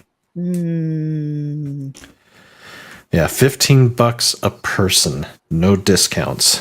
Yikes. Wow. But I will say this: it was fun to see it in the theater. This is one of those films that really needs to be seen in a theater, and it was nice to see other younger families taking their kids to go see it. So I'm not that old, but I'm older now. But it was nice to see 20-somethings, 30-somethings with with their kids ranging from about 10 or under, and just enjoying it. Seeing it with fresh eyes after all this time, it's fantastic. Yeah, this is one of the first animes I introduced my nieces to when they were very young. Because I was trying to get them on the anime train like a crazy uncle that I am, of course. And this was my entry point because I knew for a fact, even if my sister-in-law was watching over our shoulders, that she would totally maybe even sit down with us because it's a truly magical anime, children's feature film. It is in the classic wholesome. sense. Yeah. Yes. It is. Absolutely. Very, very wholesome. It's as wholesome as it gets. Definitely. You can't go wrong with it. Even the corn that they're trying to bring to the mother the whole thing gets started when the grandma tells them that fresh vegetables will help their mother heal. So that becomes the motivation for the whole climax of the film to happen. That the kid's trying to get something to their mom so that she'll heal faster. Yeah. Yeah, and here's the data on it. So, stupid dog. I love my dog, but she's an idiot. Little puppers. So this film was originally released in 88. In 89, Streamline Pictures produced the original dub. And if you know anything about Streamline Pictures, they did a ton of them back from the 80s and 90s, and they were one of the go-to places. So they did the original dub. Okay. Let's see here. The dub was released in the U.S. theaters in 93 on VHS and Laserdisc. And for you that are young enough to not know what a Laserdisc player is, think of it as a record-size video disc forerunner to DVD. But so it was released on those two formats by Fox Video in 94, and then the DVD release in 2002. They lost the rights to the dub in 04, and the film was re-released by Walt Disney Home Entertainment March 7, 2006 with the new dub cast. And that's the one that they showed in the theater. And for all the Aussies out there, Mad Men is the one that has the rights to it, and they're one of the huge, larger distributors in Australia. And then, let's see here. Exploring themes such as animism, Shinto symbology, environmentalism, and the joys of rural living. My Neighbor Totoro received worldwide acclaim and has amassed a worldwide cult following in the years after its release. The film has grossed over $41 million at the worldwide box office as of September of 2019. In addition to generating an estimated $277 million from home video sales and $1.142 billion from licensed merchandising sales, adding up to approximately $1.46 billion total lifetime, and it's probably gone up a little bit since then, but that's not too shabby for for something like that. That's pretty good. No. So yeah, you'll have to, if you want to check out the original dub of it, you'll have to find the 02 DVD, since all the newer stuff is going to be the Disney dub, which isn't bad, but there's just something about those original dubs that I tended to like a little better. Case in point, with Akira, the original, who did it the first? Was it Streamline? I'll just watch it in Japanese. You could watch in Japanese, but the first time that I saw it was with the original English cast. I prefer them for all but one character. then the newer dub, it's just off, with the exception of that one character. It would be nice if they could do a mix and match and do something like that, but they've restored the newer dub for it, but not the original dub on the 4K release. So, or you just listen to it in Japanese and read the subtitles. Well, that too, yeah. Yeah, but out of all the early works, this one really, I think, really pushed them into the forefront and got them the notoriety and the fame for making something so magical and special. And everyone that they've pretty much done since has just been that same level, that super high quality, all around, great story, great animation, great voice acting, and even on the English dubs, even before Disney, during Disney, and after Disney, you just can't really go wrong with any of them. No, you really can't.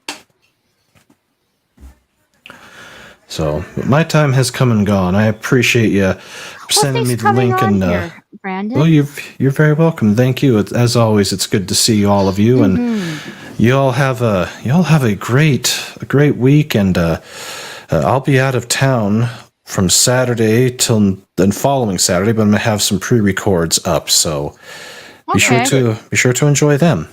All right, we'll definitely will. You have a nice time with on your vacation. Indeed. Thank you. Always a pleasure, Brandon. It's good to see you all, and take care. Thanks for coming, Brandon. You have a good night. See you, Brandon. Like, yeah, go check out Brandon, the anime guy. He does short weekday clips of anime you should watch, and he also does weekend live streams of favorite scenes in the last movie is oh my god, I'm so sorry. Oh, that's okay. Like last weekend, he talked about which horror anime he suggested that you should watch and stuff. But it's not a lot of horror anime that I know of. I would watch or not. But one of them, I have watched. Maybe you guys heard of it. It's Jutsu Kaiden, I think. I might be giving that pronouncing that title wrong, but definitely check that out and check out Brandon the Anime Guy. Oh yeah, definitely check him out. Definitely. Yeah, he may not have watched everything, but he's certainly on board to watch almost everything. Oh yeah, he is so knowledgeable in the stuff that I am, so to speak. Like I'm not like that knowledgeable that he is. Like I wish I was, but I'm really not. But we do both. I think everyone here is really passionate about anime and Ghibli films. But yeah, here's Brandon, the anime guy's channel.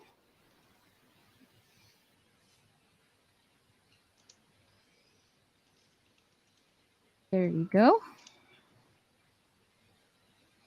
Nice. Hey, Slobberjaw, how are you? Love me some Ghibli.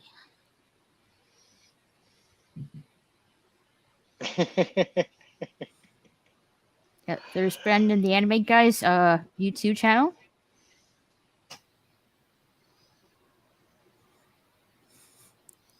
Now on to the next film. Woohoo! My favorite movie. One of my favorite movies. Kiki. Like my top 3. This is my first Studio Ghibli film that I watched. Kiki's Delivery Service, and this came out in 1989. So the year that I was born. This film is like almost the same age as me. Wow. Yep, and the original dub, since we're on a dubbing call out, it seems, the original dub the cat was played by a comedic actor named Phil Hartman, who became familiar to America when he made his initial appearance on the original Pee Wee Herman's Playhouse. He played the sailor guy. I'm not really familiar. I'm somewhat familiar with Pee Wee's Playhouse, but it's something I'm not really interested in. I gotcha. I'm just calling it out for those out there. Well, yeah, love definitely. These facts. But talk about a charming film about a girl making her own way in the world, because that's what young witches do, is make their way in the world at a young age. Mm-hmm. And our little cat, Gigi. Mm-hmm. Her familiar. Mm-hmm. Let's see. Silverjaw says he's doing good. Hope you guys are doing well. Just got off work and have tomorrow off, so I'm happy. Awesome. Nice. Mm-hmm. Hey, DL. I like jiggly films. Yes, I agree. Yes, Stephen, I absolutely agree. I mean, whereas Totoro is effortlessly adorable from beginning to end, Kiki is effortlessly charming from beginning to end. Definitely. Oh, the baker and his wife, and the way they take her in the story, the apparently European landscape that they're living in. It's certainly not located in Japan by any means. It's definitely no. Definitely more of a European world. Yeah, the city she goes to doesn't look Japanese. Definitely European. Definitely has European theme music into it. Like, she's you love Kiki, Revan. That's great. I love Kiki too. Like, let's see here. Yeah, I lost my notes. So Kiki's a 13-year-old trainee witch, and she's leaving home. To begin her training as a witch, I guess. Because we first see her, laying at this field with her radio. I like, that's another thing I wish I would like to have, that radio, as well as the amulet in Castle in the Sky. the radio, the little radio, pocket radio.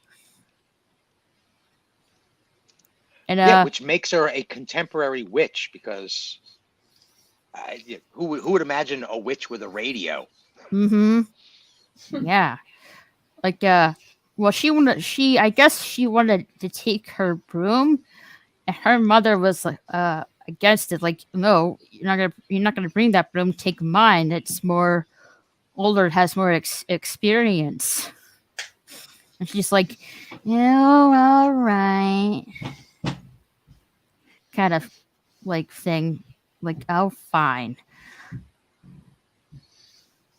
And I will be continuing to do this with every item you call out, Raquel.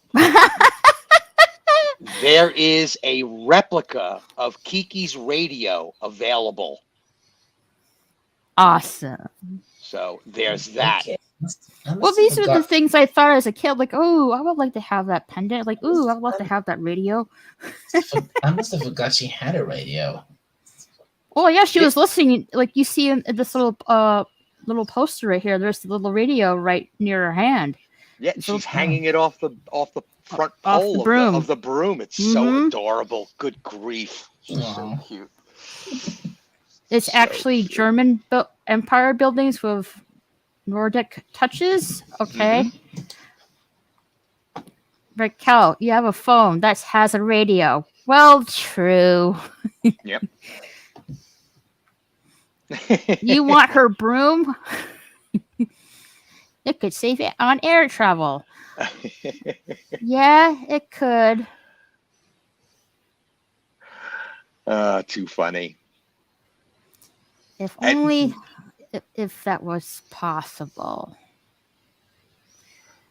I know you're going to get to it, but the woman she meets in the forest has got to be one of the coolest characters. Oh yes. What like first of well, she gets on this train, like, you know, trying to find a place that she can do her witch training.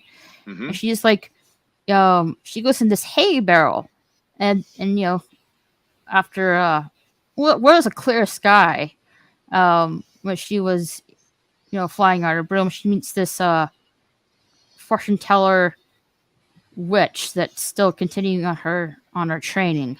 Right. With her cat, kind of looks like a Siamese cat, but except all black. Kind of look to it. Mm-hmm. And yeah, she goes into the. Wait, I can see it. Oh wait, look! Oh, it is hanging up the broom in the post in the picture. Mm-hmm.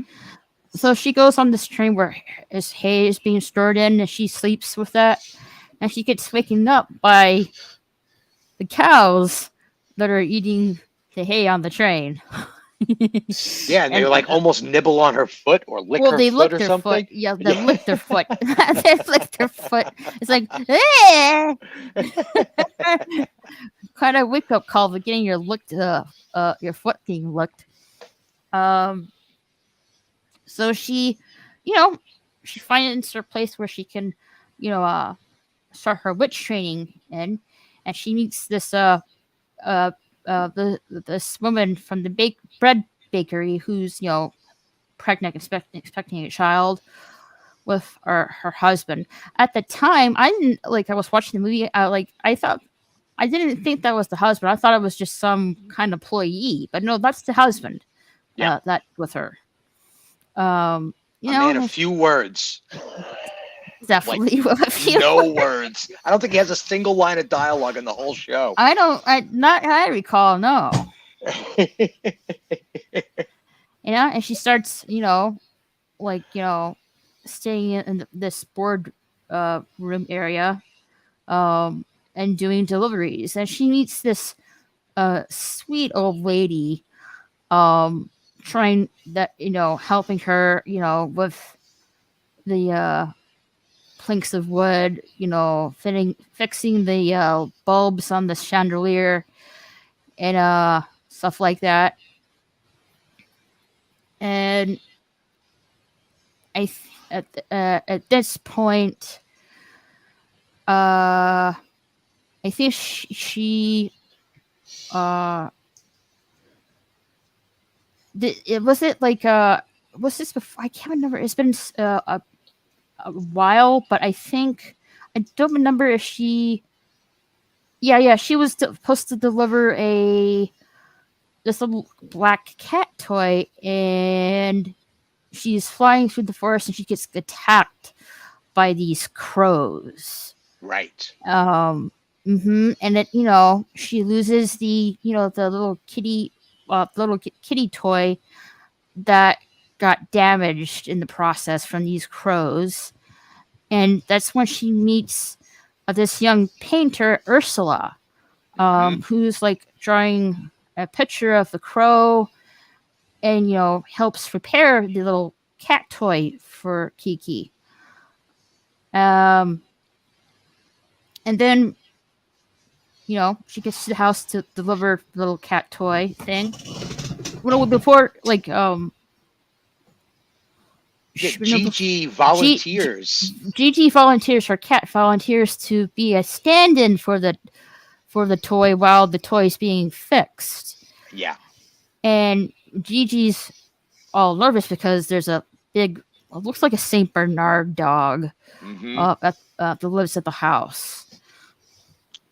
So he's like, you know, trying to, you know, Gigi's trying to be anonymous as best as he can. And, you know, the black cat toy does get fixed by Ursula, and Kiki goes back to the place that she's supposed to deliver the little toy, and, you know, the dog, the looks like Saint Bernard again, carefully brings out Gigi outside, and, you know, they swap. Gigi goes back to Kiki, and the dog brings the little cat toy to the house, and finally he's delivered. Then there's the whole birthday cake that she goes to the old woman's house. By the way, those two old gals, absolutely priceless characters. Oh, funny. Like I remember Kiki delivering that cake. Those two, yeah, with that awful granddaughter that barely appreciates anything. It's so terrible. I don't remember. Was this? Yeah, it was. I think it was before the delivery of the cat toy that she meets this boy called Tombo that is just absolutely taking about the Kiki's a witch. And she was supposed to go into this. She was invited by Tombo for this party, but with all the work and exhaustion, she falls ill, like sick.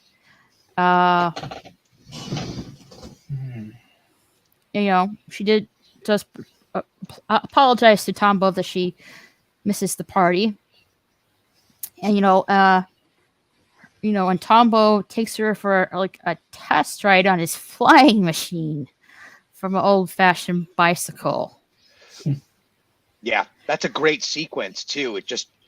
It's one of those classic Ghibli moments where you completely lose track that this is an animation because all the physics make sense. The bicycle has weight, the characters have gravity, the jeopardy is high. And it becomes a moment where the whole world gets solidified because, they're getting into a car accident, and then they're sitting on the beach laughing their butts off because they almost got themselves hurt. And yeah, it's just classic Ghibli that just really ground their worlds in reality. Yeah, so then good.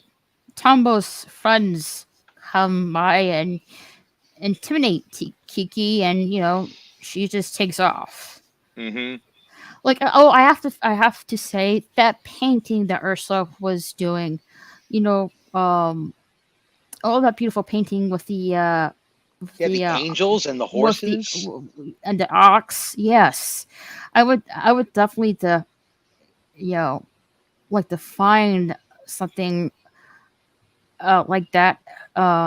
The painting itself, but I don't really think it's possible. You can try, Stefan, but I don't think you would find it. I'll bet you there's a print of it. I wouldn't even know how to search that, so I wouldn't. Right. But I will note that the style of the painting does make an appearance in the prologue sequence at the beginning of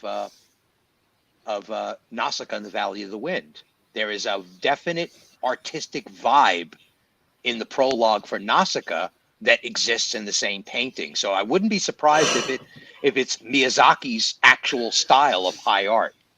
It is a beautiful painting. Yeah, gorgeous. Very beautiful. But so she goes back to the bakery. She becomes depressed, and she discovers she can't no longer stand Gigi, who befriends this little pretty white cat. She's losing her ability to fly. Yeah. Thus, she's losing her Witcher powers. Thus, it suspends her, her ability to do her delivery business. That's when she gets a prize visit from Ursula, who determines that Kiki's situation she's dealing with is a form of artist block, and suggests that Kiki should find and can find a new purpose so she can regain her powers. Yeah. Kiki's like going back to the first before that, I think it was before she delivered the cat toy. She's supposed to deliver this humble bearing pie to the old lady's granddaughter, I think. Yes. And she's like, I hate Grandma's stupid humble herring pie, something like that. Wasn't really grateful with the pie gift she got from Grandma. That's for sure. And Kiki put so much work into it, building the fire and making sure that the thing got baked. And meanwhile, she's staring at the clock because she was invited to a party, and now she's going to miss her party because of this obnoxious girl. And it's, oh my God, it brings me to tears just watching the whole thing. Oh, so that humble herring pie looks really delicious. It does, right? Gorgeous. Mm-hmm. Definitely. Typical anime food displays, by the way, audience. Oh my gosh, the food displays in that film are just delicious. Oh yeah. Mm-hmm. Even Kiki making her own pancakes is just delicious. Oh, everything is delicious. Pancakes. I love pancakes. So So Kiki's like visiting, going to the old lady's house, and she witnesses an airship accident. Those what do you call them? I forget the name of it. Those balloon airships. Oh, the Zeppelin. Yeah, there's a Zeppelin. Yeah. And like a gust of, like a very strong gust of wind leaves Tombo hanging mid-air on this rope from the Zeppelin. And it crashes into the clock tower and the whole town square. While Kiki is trying to gain her flying powers and takes this it doesn't look like the broom that you see here on the poster, but it looks like a store broom. Yeah, like a street sweeper's broom. Yeah, she takes that up from this old guy, and trying to steady her broom while trying to rescue Tombo, which she does at the last minute before he falls into the street and comes like a pancake. So yeah, like happy ending, and you see Kiki regaining her witcher's powers. She can understand Gigi again. The baker's wife, has her baby, and you see Kiki hanging with Tombo, and you see Gigi with the pretty white cat and some little kittens at the end of the film. Yeah. Oh, right. That's right. I forgot about Gigi's little affair going on with the neighbor's cat. Oh. Adorable. Very again, like Totoro, very wholesome film. Something that the whole family can enjoy watching. I think this movie is 103 minutes, so a little bit longer than Totoro. I should be watch some of these films. Oh, definitely. Yeah. If you guys up for it, we can definitely watch these films and go from there. But what the film actually gets into, you actually discover what the actual training of a witch is, and that is to get past your insecurity, fend for yourself, and find your natural power, which she does. That's really the big story arc. Is she loses her power because she loses her confidence, and she kind of regains it. Yeah, basically said it. Yeah. And this sage of a woman artist in the woods basically gives her the advice she needs to get past her block, and she saves Tom almost as the motivation, because life is precious, and she really likes Tombo. Precious, definitely. I think she does really like Tombo as much as he likes her. Definitely. You definitely have that chemistry going on between them. She was first reluctant and annoyed about it, but she eventually came around to it, I guess. Yeah. And once she found out that he meant no harm, and she was concerned about her look and that she didn't fit in with the more fashionable girls. Right, there was a whole thing about red shoes that she was trying to buy, that she wished she could get some cute red shoes. Yes, definitely a homage to the Wizard of Oz.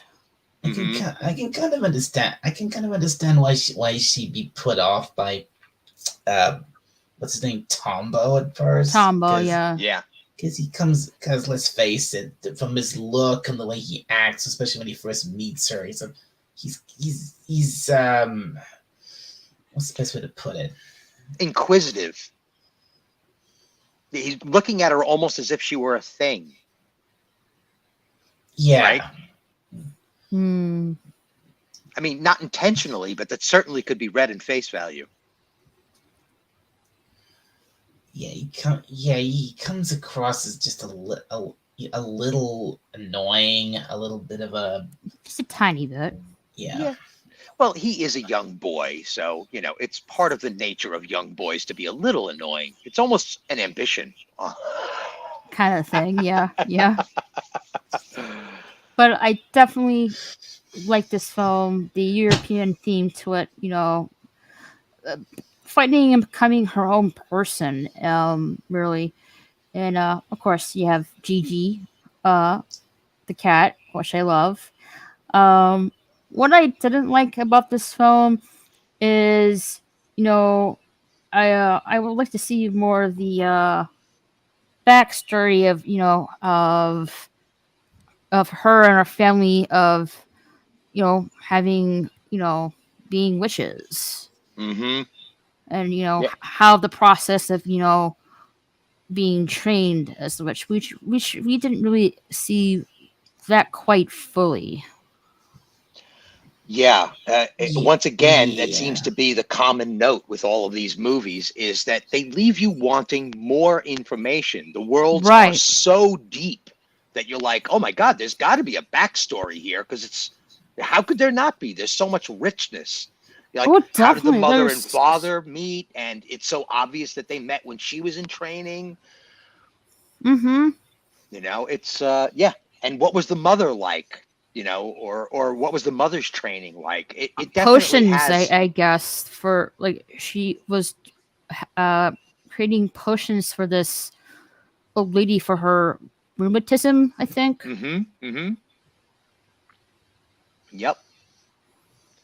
Yeah, it's just like I said before, these Ghibli films are just so rich. You would think that you were watching the feature film finale of a TV series. There's so much richness in all of these worlds.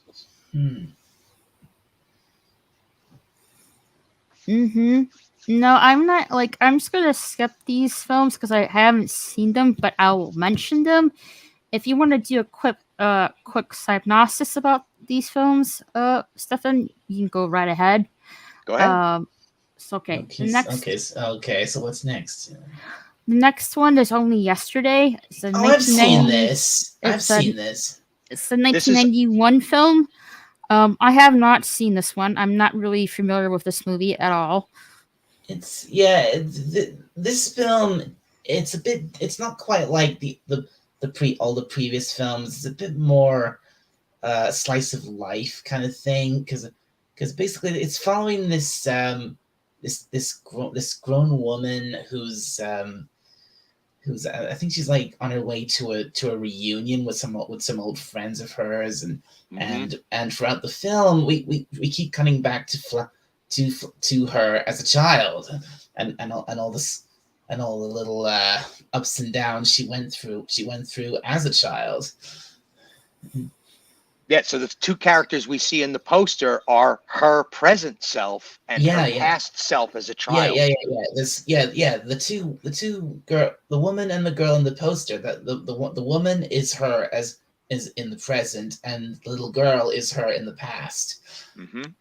And she's basically coming to blows with what it means. She actually escapes from her city life and goes into the country, again, a classic Ghibli trope, and discovers herself basically by getting back to the earth. And she works on a farm and finds out all about country living, and it kind of opens her up as a person. And she goes through flashbacks of how she got to where she is and what her current mental condition is, and she gets past all of it in the end. And it's really an exploration of a woman in Japan, living through her daily life and getting over herself and becoming an adult, adulting basically. Yeah. It's literally just all about growing up. That's all it's about.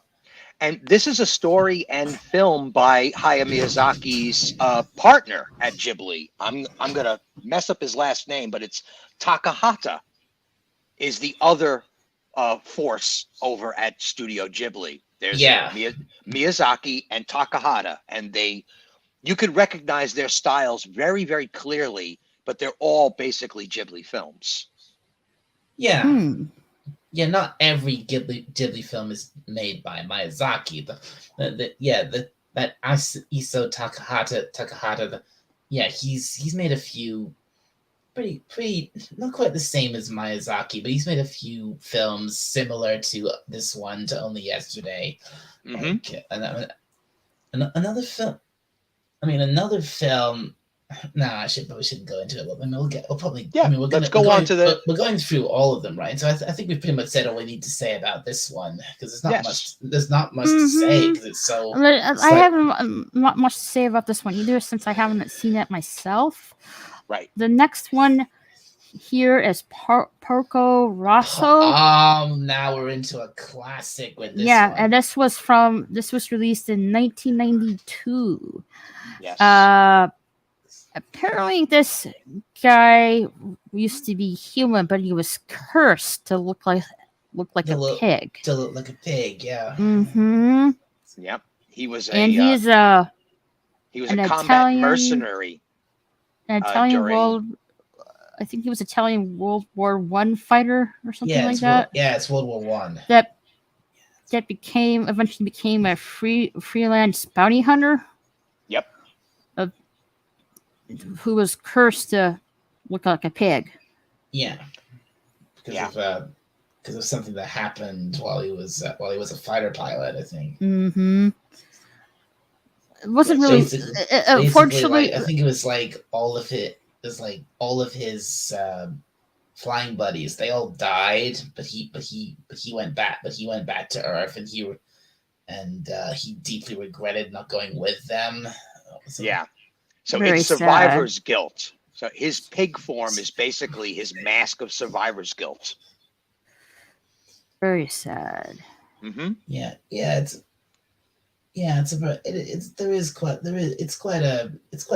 quite a sad, melancholic story.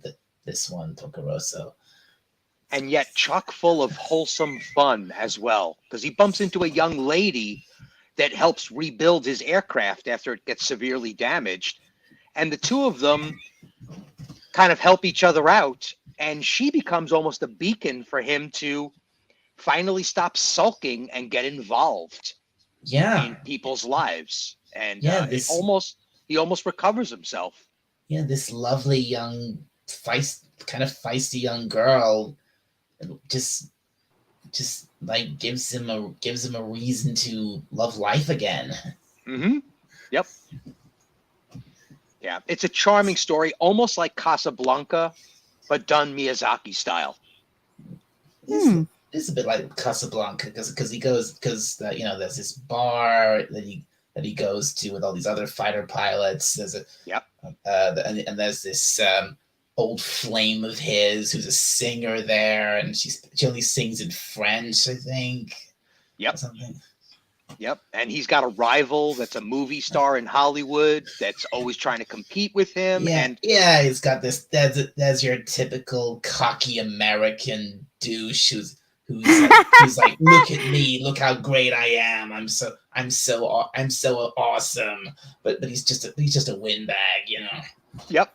And of course, there's a great band of hysterical pirates that are always trying to get into mischief, but wind up being charming fellows in their own right. You know, they can barely handle a school bus full of children that they try to... I remember that part. The girls, like, they kidnapped these bunch of girls, and and like the girls were like, creating havoc, and they're trying to keep these girls in line. Yeah, and they're just running over them. They barely even care. They're hanging out of the windows of the pirate aircraft and just being like, "Hey, we're here!" And they're like, "Cut that out! Stop doing that!" They were acting like a hostage should act. Like, no, we're having a time of our lives. Yeah. And then there's this one, and then there's the point in the film where he's goes to have his plane rebuilt. And it got damaged, didn't it? Yeah, it did. He gets to the workshop and he's listening. Where's your mechanic? Where is he? Where's your mechanic? And then this girl comes along. It's like, what? It's like, what? No, I want your mechanic. Where is he? You're like, she's like, I'm it. Yep, she's going to inherit the business, and the grandfather's just like, "Get over yourself, Porco Rosso. She's perfectly capable. Just give her a second." It's like he has to come over. He has to like really come up against his own prejudices because it's like it's not just her. His plane is rebuilt entirely by a team of old women, as well as this young girl. Yep, it's in classic Japanese fashion. They just break your anticipations of what it's supposed to be, and it's such a great gotcha moment. Gotcha moment, yeah. Like I think his mechanic, I think the Porco wanted the son to work on his plane, but the son went elsewhere to find work because due to the Great Depression, I think. I think the girl name is Fio or something like that. Maybe I'm remembering it wrong. Fio's. Picciolo. Fio Picciolo. Because it's an Italian company. Yeah, so back in the hotel, this American man, as you say, dialect, proposes to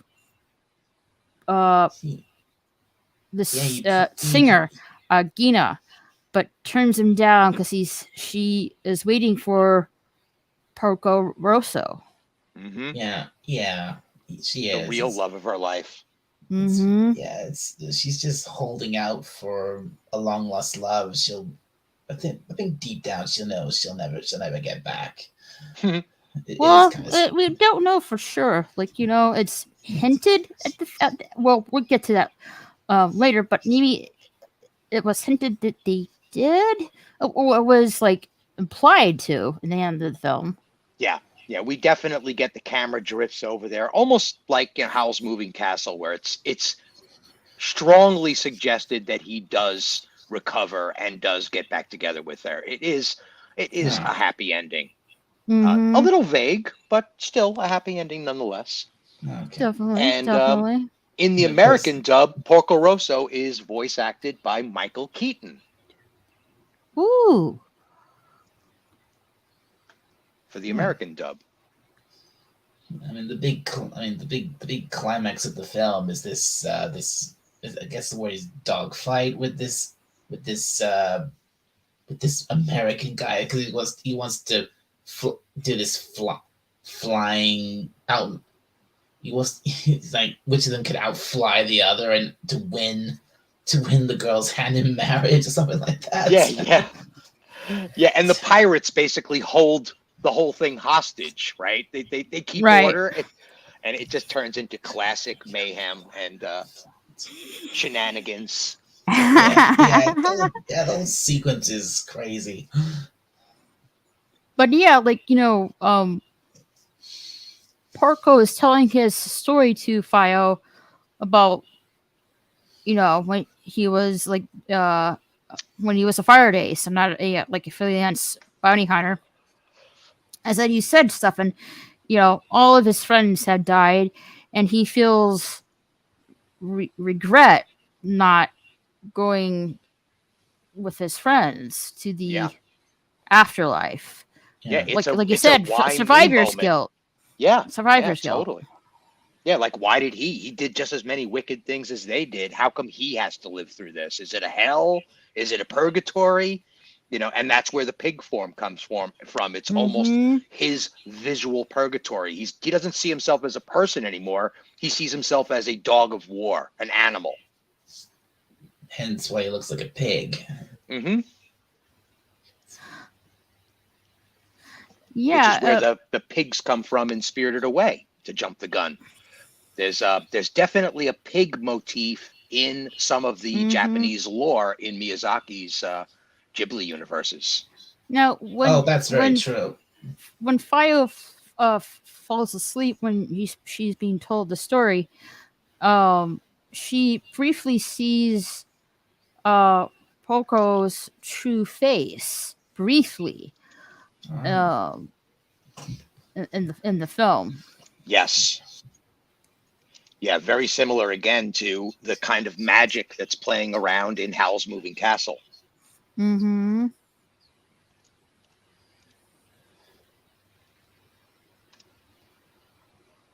Yeah, that's the theme. When you perform a dark deed or greed, you transform into an animal. We do this. Yeah, we do see that again later on. Yeah. Yeah, transformations of your physical form definitely happen in Japanese magical systems.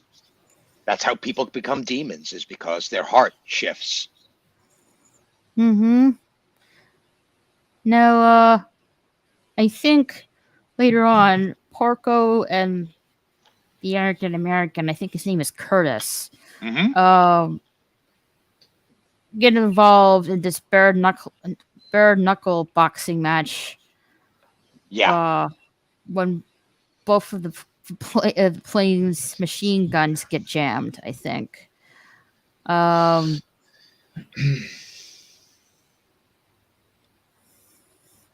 I think that's when Porco accuses Curtis of as a womanizer, and Curtis responds that Porco's is worse. That Fayo adores him, and Gina is waiting on him to the exclusion of any other man, but fails to reciprocate either of them, which is really sad. Yeah. Which comes to a shock to Porco, and Curtis is able to knock him down. Only for Porco to be saved by a pirate referee signal at the end of the round. Those pirates. Which ends with both combatants knocking each other out and falling into the water. So ends up in a tie, I guess.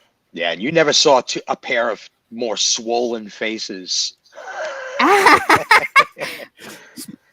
Especially that looks like a pig. Yep. Oh God, I must have forgot that part. They let you beat the crap out of each other.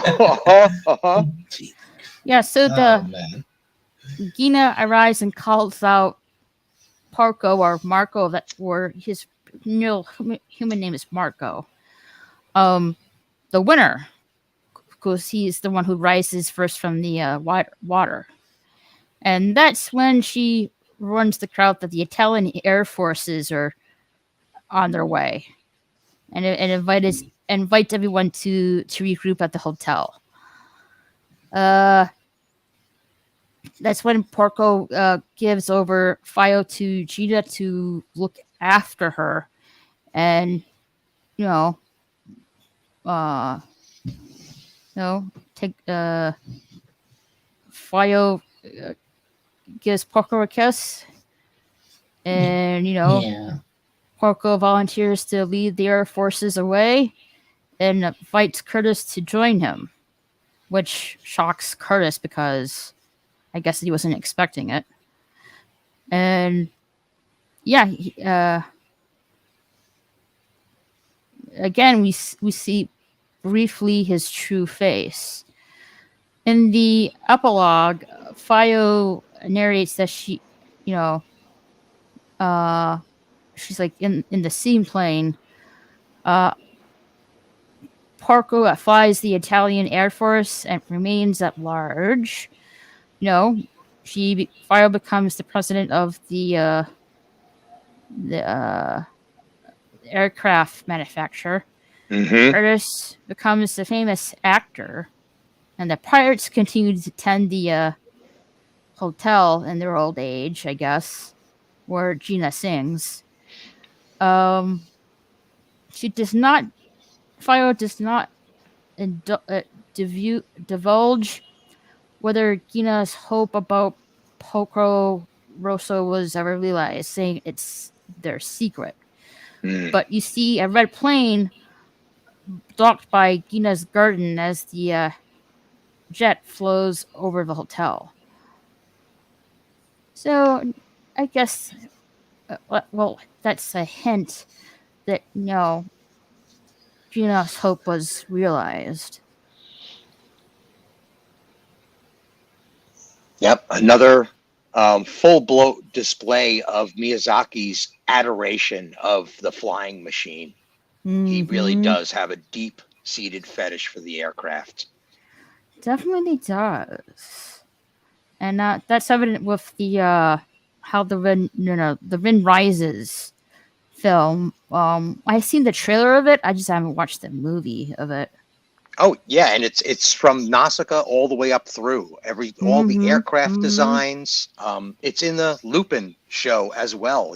One of the villains is the director of an aircraft museum. So just to give you an idea of how far back this all goes, he loves his aircraft. Oh, wow. Definitely. I didn't fully realize. Damn, I didn't realize that. No, I like. Yep. I love the story of this movie. It's a little bit more chaotic, but still fun. Yep. And I kind of wish we get more into the backstory of Porco Roscoe and how he was cursed.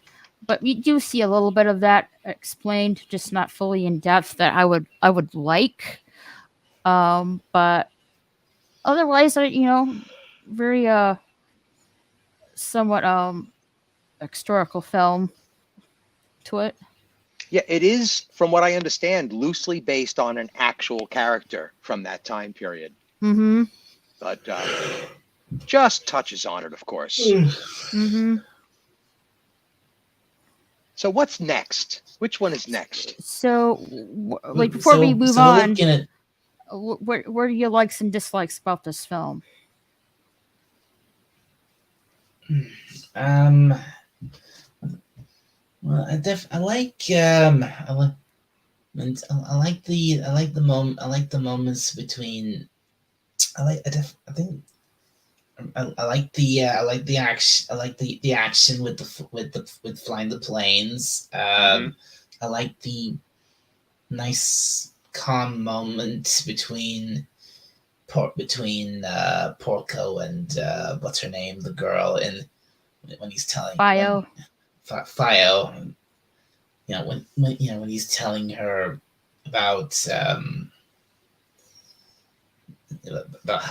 what happened with him and his friends back in the day. That's him. I like what was it, Gina, yeah. Yeah, it was. Yeah, just so elegant and graceful, and oh yeah, she is, absolutely. You know who Porco Roscoe is, Potato Revan?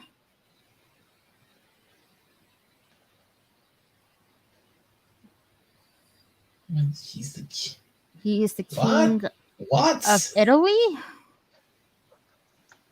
King Victor Emmanuel. Oh, so the film might actually be a poetic rendition of the King of Italy. He died in a plane crash. He was the pilot.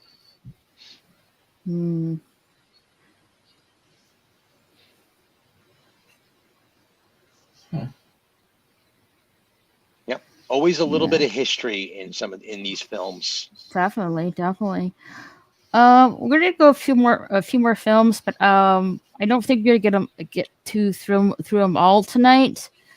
Probably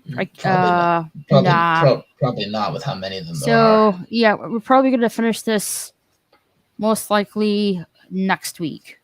Okay. But, we're gonna do a few more films and continue it next week. All right. Okay, so you're doing them in the order they were made, right? So yes. So which one's the next one is this one. I don't remember. Mostly, I think I have not seen this one as well.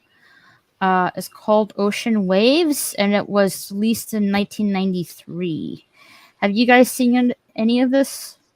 No, I haven't. No. This is another film that looks very similar to another property that happens much later on. That's the Red Turtle.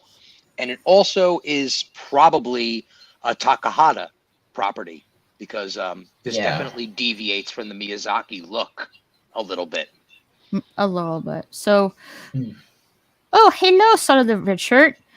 Very cool. It is pronounced Porco Rosso. Just FYI. I don't know why, but I wanted to say Poco Roscoe, but there's no C in there. Yeah. And I think it's Porco as in Porky Pig, and Rosso. Oh, Sakura saying he has not seen Porco Rosso or Ocean Waves. And I haven't seen Ocean Waves either. But let me see. I'm not if I can get a synopsis above this. If this is the film I think it is, I think I may have seen it. The film is set in this city called Kochi, and follows a love triangle that develops between two friends and a new girl who transfer to their high school from Tokyo. Oh God, not this one. So you have seen this dialect?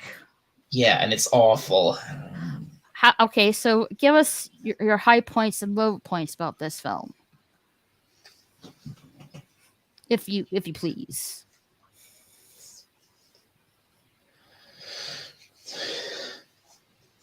I think this is. I think I can safely say this is of all the Ghibli films, this one is probably arguably the worst. Because it's basically just about. I mean, like you said, love triangle. I think it's basically just about this boy.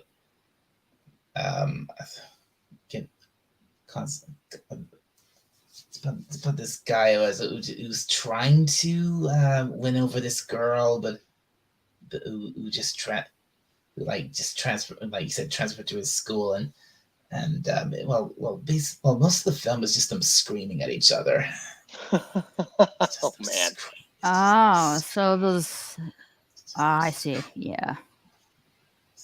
Young love and hate relationship kind of thing, right? Yeah, she's kind of this girl is kind of all the boys, I think like basically all the boys are attracted to her, but she can't stand any of them. She's pretty snooty. Right. So what do you recommend watching this? Anyone watching this film? Yes or no? I think there was like, unless I'm misremembering, I think there was like, it starts out like this guy, the boy, like when he's older and he's like on an airplane flying to a reunion. He's reminiscing about his high school days, but that might be a different film, or it might be this one. I can't quite properly remember, but yeah, I wouldn't recommend this film because the story is really dull. That's what some of the red shirts say. It sounds like a little like a boring love story that take place in real life. Yeah, this some of these some of the slice of life stuff from the Takahata side of the Ghibli studio is very slice of life, not very magical, more about human relations than most of the Miyazaki. Exactly. The films that Takahata does, that most of they're not like the ones that Miyazaki does. They're very like set in like modern, it's sort of modern present day real world Japan, and they're very slice of life, and the stories, and most people who are watching it going into it think, this is a Ghibli film, this should be really whimsical. It's when think, wait, this is actually, it's not. It's just a slice of life about two kind of lovebirds. Two lovebirds. Yeah, that's all it is. Yeah. Only Yesterday is very similar in tone. It's extremely slice of life, and it's mostly about how when you go to the country, you discover how Japanese you really are. Yeah. You can think of this kind of like Only Yesterday, except I think Only Yesterday is a bit more interesting than this. Yeah, but the country seems to remove all the armor and expose them to themselves. Because in Only Yesterday, you do, things do get a bit kind of a bit more interesting, because you get because when you get the flashbacks to when she was a child, you basically see the world from her point of view as a child, and things can get a little more whimsical, but not too much. Yeah. Mm-hmm.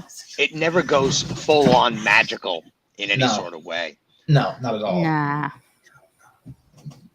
Well, So unless you're an absolute diehard Ghibli fan, I would say give this one a skip, because the story is just not interesting at all.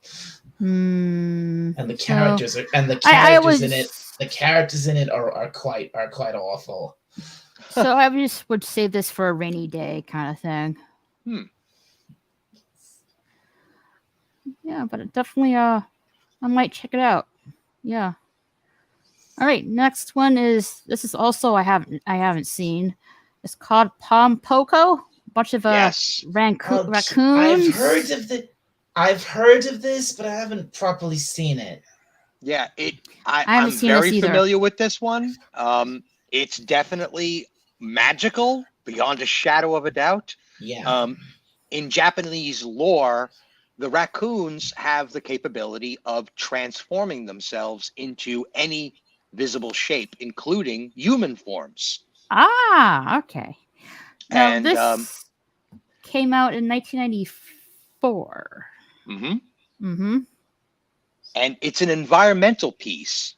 Modern Japan is slowly encroaching on their part of the forest, and they're going to try and protect it by infiltrating human society and finding out how they can stop them from cutting their forest down.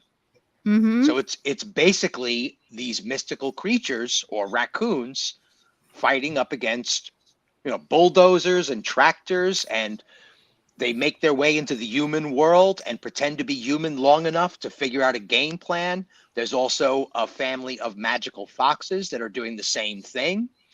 And in the end, they solve all these problems by buying into Japan and buying their own land and turning it into a business, and even merchandising themselves as merchandise at their temples. So it's an interesting take on what Japan was probably like in the mid-70s as they were modernizing. Ah, I see. But good family film, plenty of magic, lots of whimsy, and it gets serious, but it all recovers in the end and becomes very, very magical at the finish line. They even do a full-on display, a tour of demons and such, touring through Japan to stop the construction companies in their tracks, almost as a festival of spirits wandering through the city. It's a full-on magical, whimsical Ghibli story. So it looks fun. with the Yeah, poster. it is. It's a boatload of fun. It really is. It gets a little weird. It has some interesting things like their magic comes from their loins, and they make full displays of how that all works, and they're not shamed about what that actually means. I'm not even going to say it on air, but you'll get it when you see it. It's interesting at best, but yeah, they are magical creatures, and there's magical foxes. There's some I'm sure you're familiar. Yeah, raccoons and magical foxes up against humanity and their expansion into the forest. So another ecological picture. So you would recommend this movie to check out? Absolutely. It's definitely up there as far as Ghibli films are concerned. It's right in there. This is definitely All one right. I need to see. Me too. All right, on to the next film, Whisper of the Heart. This is like another top 3 of mine. Whisper of the Heart. Well, now this one is interesting because oh yes. Let's see. It's about Shizuku, who's a 14-year-old girl who attends junior high, and her best friend Yuko, and they live in the Tokyo suburb with her folks and her older sister Shiho or something like that. And she's keen on reading fairy tale books. And one summer evening she goes through the checkout cards, the library books. Remember those back then? Like you go to the library part and you would check out, like you go to the front desk at the library and they'll like check out the cards and with the little stamp and put the card back in the book. They don't do that very much anymore. Yeah, if you could even find a book in the library anymore. Good grief.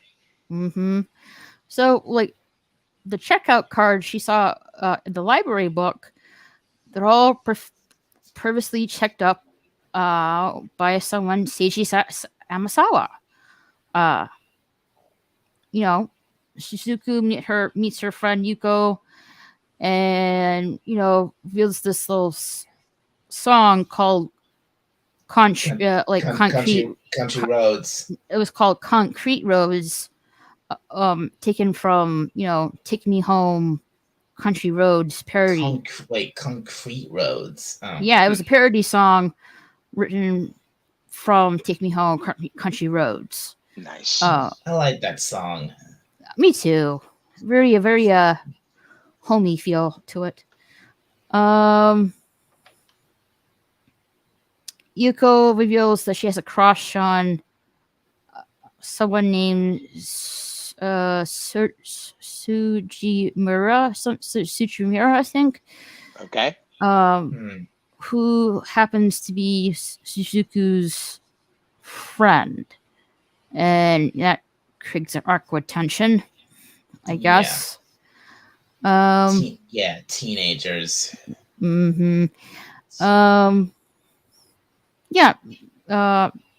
and her best friend are walking home that she realizes she left her book at the school, and she goes back and sees this boy reading her her book, but not without teasing her about her slightly altered lyrics from the Country Home song.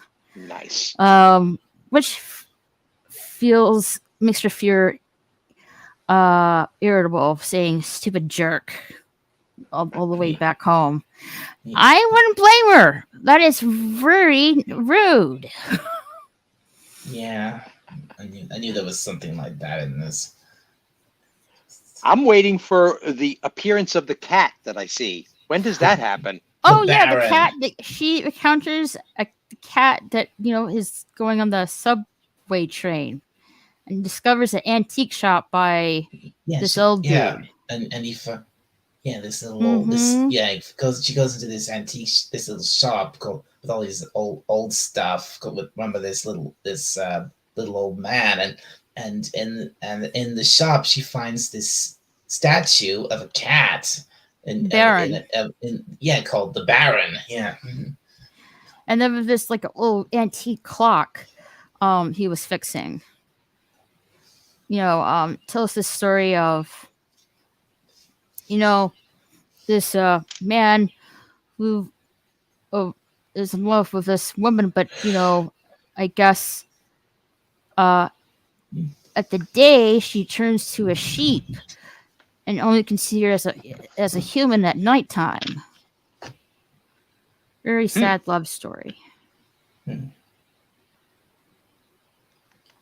Yeah, this is one I haven't seen, but I have seen the sequel to it. Well, yes. I would say spiritual sequel to it.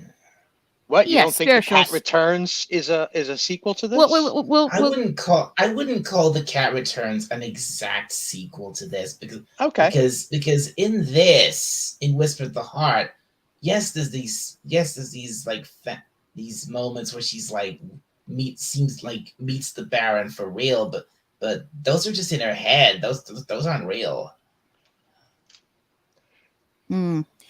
So but yes, The Cat Returns does have a connection to this bill because everyone who saw this loved the Baron so much they basically demanded bring the Baron back, and so they made The Cat Returns and they brought back the Baron as his own character in this little standalone film called. Yeah. I remember. Yeah, and I only jump ahead because of the contextual nature of the Baron appearing in both feature films. Right. So Suzuku meets her guy friend, and apparently the guy friend rejected her friend's feelings, and she went over to him to scold him for his actions, but only to reveal that he has a crush on her. But she in turn rejects him to not hurt her GF. Ugh. Terrible, really. So she heads to the antique shop. Suzuku, feeling horrible, goes to the antique shop, meets the boy that teased her, discovers the old man is, that's his grandfather, and he's learning how to make violins, because that's his dream. And she, I guess, begs him to play the violin for her, but agrees on the condition that she sings along. So, they sing, the song "Take Me Home, Country Roads." Yeah, there is that scene where she does that. Yeah, she plays the instrument. She starts singing. Yep, and proof that in every story, if you see a song at the beginning of the story, somebody's going to sing it before the end of the feature. Definitely. Pretty much, yeah. Definitely. Seiji admits that, during that time, before that, I think she eventually realizes that the boy who seems to be, making violins is the one who was trying to get her attention, putting his names on these library book cards, to get her attention, which is not bad to say so myself. Kind of a unique way to get someone's attention. Yeah, because he's not only showing that he's interested in her, but also interested in what she's interested in. Because he decided to hunt down those books. Always a good move, boys. Always a good move.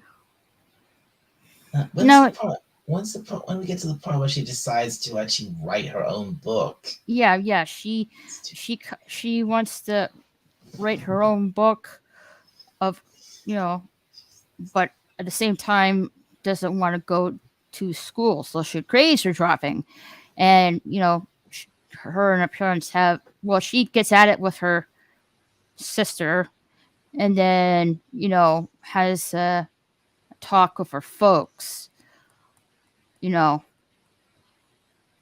Like and stuff like that. Mm-hmm. Good heavens. Mm-hmm. But she eventually let's see, the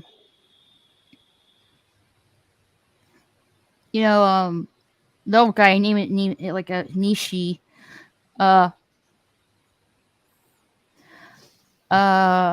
tells her his real life love story of the Baron. He studied in Germany in his youth. He found his first love in a woman named Louise. And, Nishi discovered these twin statues of the Baron and his female companion in the cafe. I don't believe they revealed what the name for that female companion was. Let's just say, Louise, just for the heck of it. Okay. Yeah, but the female cat one, or we'll just call the Baroness. That's much easier. The Baroness. There you go. That works. Mm-hmm. But the Baroness was on its way for repairs. The shopkeeper will only allow Nishi to buy the Baron if Louise agreed to hold on to its companion so they would be reunited. The two lovers and their cat statues were separated during World War II and couldn't find each other after the war ended. Huh. I think I have to see this movie now. Mm-hmm.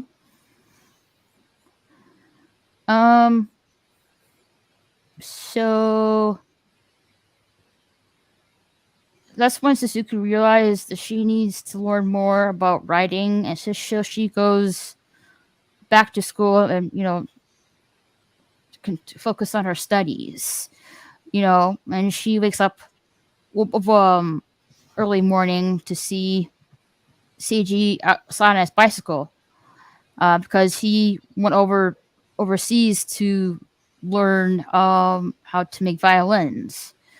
So he had returned a day earlier, saying he decided to finish high school before returning to create violins. And they're Seiji and takes Suzuku on his bike to the hidden lookout where they watch the sunrise, and that's where Seiji professes his love to Suzuku. And then the film just ends right there. Yeah. Mm-hmm. Nice. It's like Suzuku, I love you.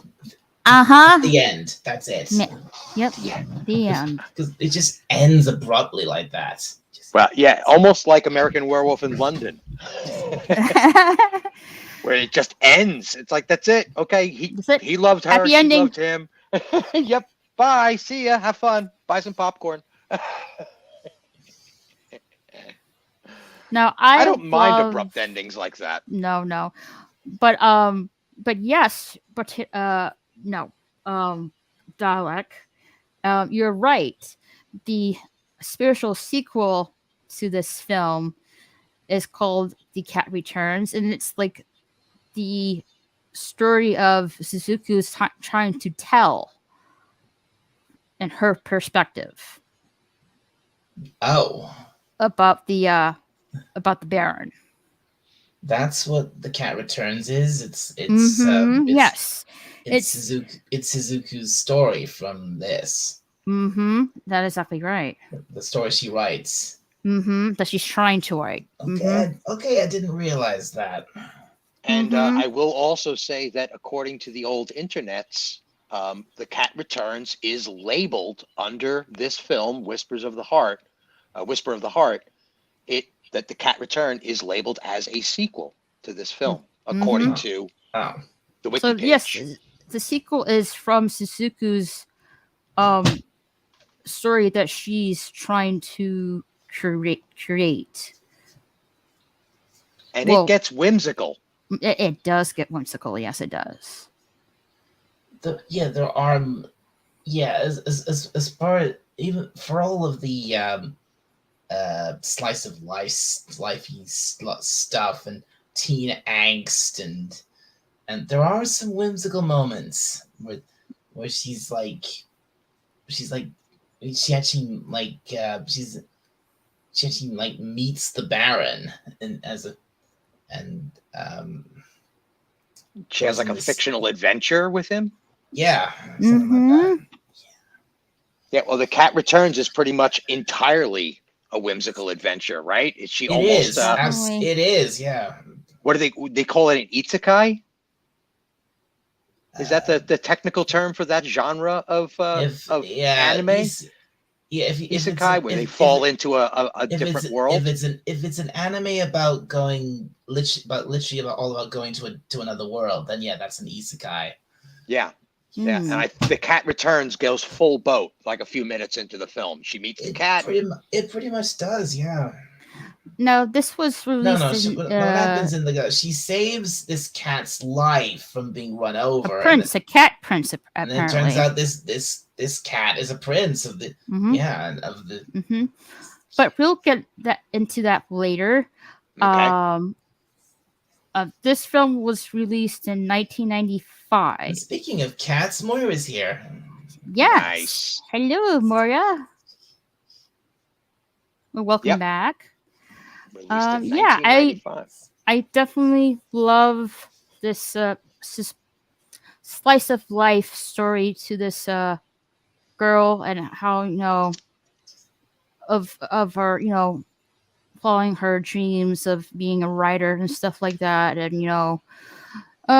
dealing with the jitters of puppy love, I guess. Yeah. And having a boyfriend and stuff like that. I definitely enjoyed this film. What I didn't like about it, I would let's see.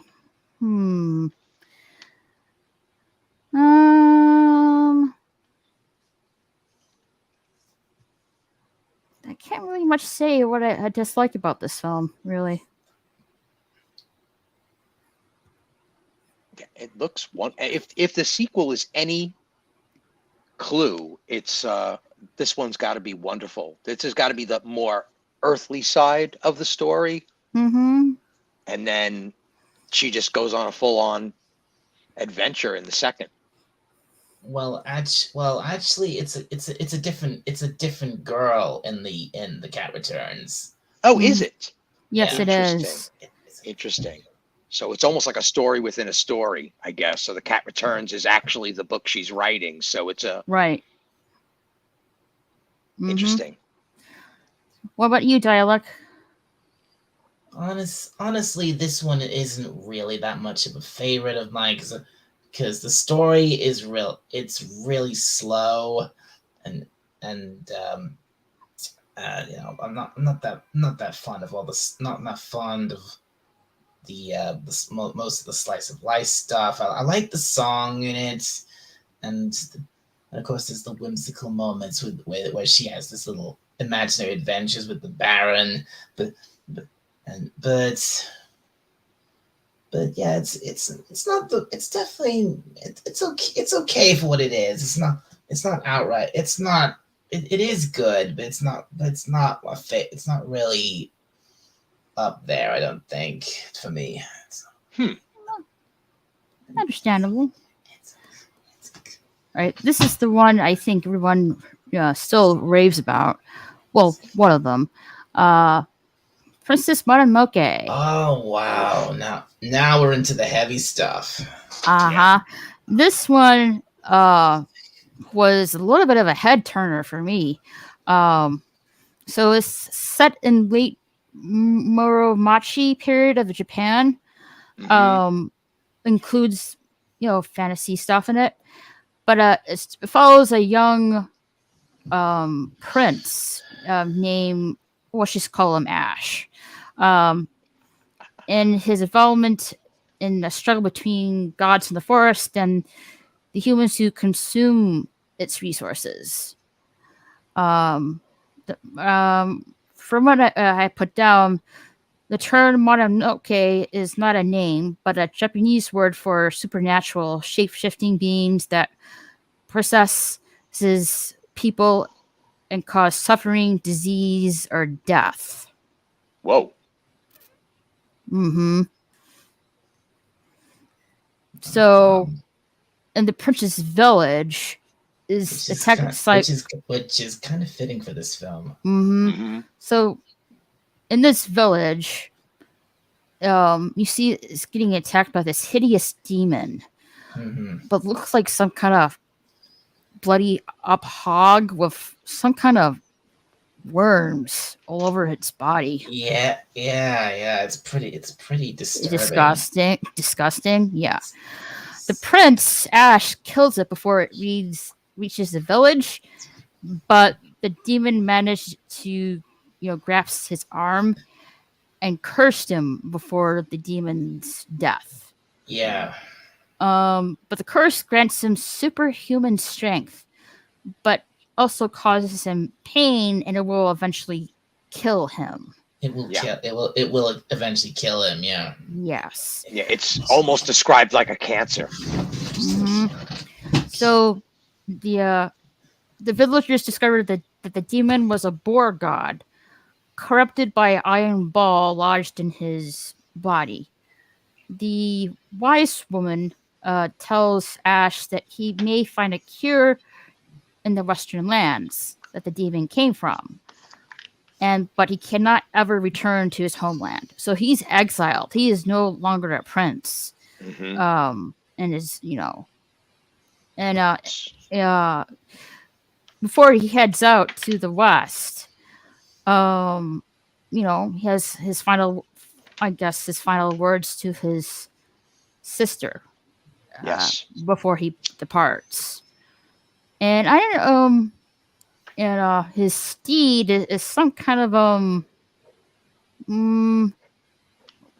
some kind of a deer-like animal or something like that. Yeah, I believe the term is elk. Elk? Yeah, you're correct. Elk. So he's that character. I'm so glad they never made any of that creature speak. But it's almost as if the creature has dialogue. The elk. It's literally his partner in the adventure. One of the great things about the animes. Mm-hmm. So he's heading west, and he meets this guy Jiro, who's a opportunist monk. He tells Ash he may find help from the great forest spirit, a deer-like animal, god by daylight and giant by nightwalker by night. So he on their way, they discovered these men on the cliffside. I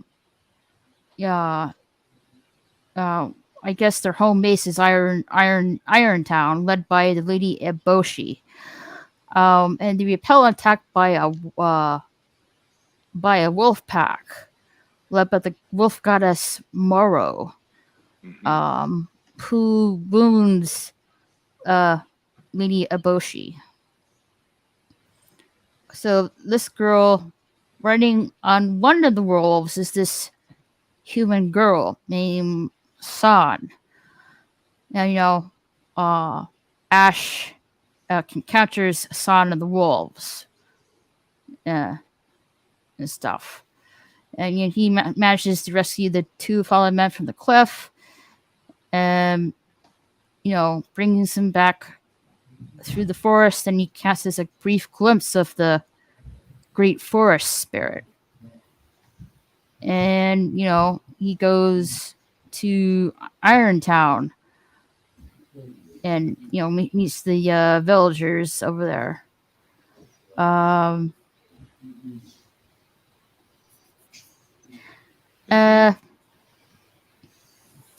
Let's see. The Lady Eboshi is like to me a complex character. Yeah. She's nice, but also she's like hell bent, I guess, to destroy these animal gods for sake of power, I believe. Well, it's so that she can have access to the forest because they keep getting in her way. She wants to mine. She wants to mine ore out of the hillside and use the forest as kindling for her billows to melt the ore and create iron for the military. So it's all terrible ambition to the point where she stops being human almost. Right. Yeah, and like she, reveals to Ash that, San, the Princess Mononoke, was raised by wolves and hates humankind, even though she herself is human. Well, San enters Irontown and tries to kill Lady Eboshi. Ash intervenes and, prevents San and Lady Eboshi being locked in combat. But amidst, he was shocked by one of the villagers, which was quite damaging. But the curse was giving him strength to carry out San out of the village, which just stuns the villagers. Like, how this guy is really wounded. How is he's carrying this girl out of the village while he's seeping blood out of his body. Yeah, and he's able to open up a gate that normally takes the strength of about 6 guys to move. Right. And he moves it with a single hand while suffering a bullet wound to the abdomen. So it shows like he is obviously restraining his power. Like, he could kill everybody in the whole town if he wanted to. If he wanted to, yeah. But he is somehow keeping control about that, yeah. Yeah, to the point where his rage is literally displayed as a bunch of demon serpents around his womb. And San, trusts Ash. Well, so when San reckons and prepares to kill Ash, but hesitates when he tells her that she's beautiful. She decides to trust him after the forest spirit heals his bullet wound that night. The next day, a boar clan led by the blind boar god plans the attack on Irontown to save the forest. The wolves, kind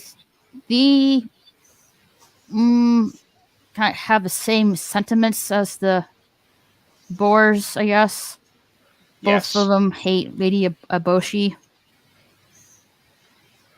Yeah, but the wolves are going to try and do it as a snipe mission, and the boars want to do a full-on military assault. Right. And that's why it's ironic that the leader of the boar assault is quite literally an old, blind leader. Now, Lady Eboshi with Jiro sets out to kill the forest spirit. Lady Eboshi intends to give the god's head to the emperor, who believes will grant him immortality. Right. In return for protection from this lord. So, meanwhile, Ash recovers and finds Irontown besieged by samurai. The boar have, going into battle. Yeah, and they lost pretty badly to some modern weapons. Yeah. In some very brutal combat scenes.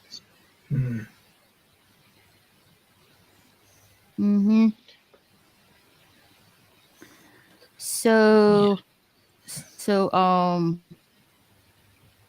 Yeah, Ash blocks the attack by the samurais and basically warns the village. He's passing messages between both sides that are already fighting with each other, and then races back to the forest to try and recover the head. Yeah, everybody clashes in the pool of the forest spirit. And, one of the elder wolves unfortunately, gets killed.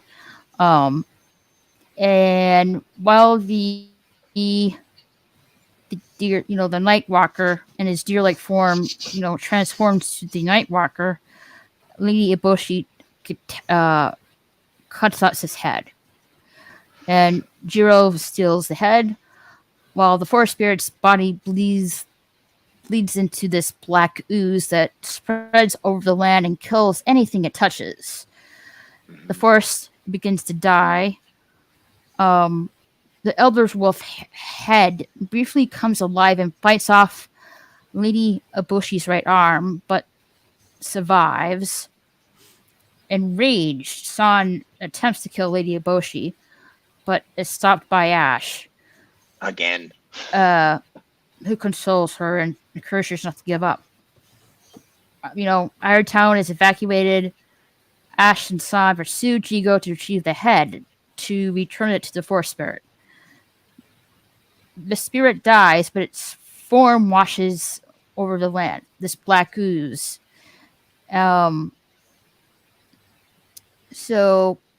Ash and San eventually finally get the head back from Jiro and offer it back to the forest spirit while both of them are being further cursed from the black ooze.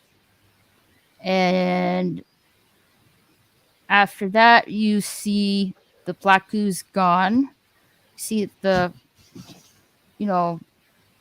life is returning to the land. You see Ash and San, on the field of grass, all healthy like. Ash is no longer cursed. Ash stays to help rebuild Irontown, but promises to visit San in the forest.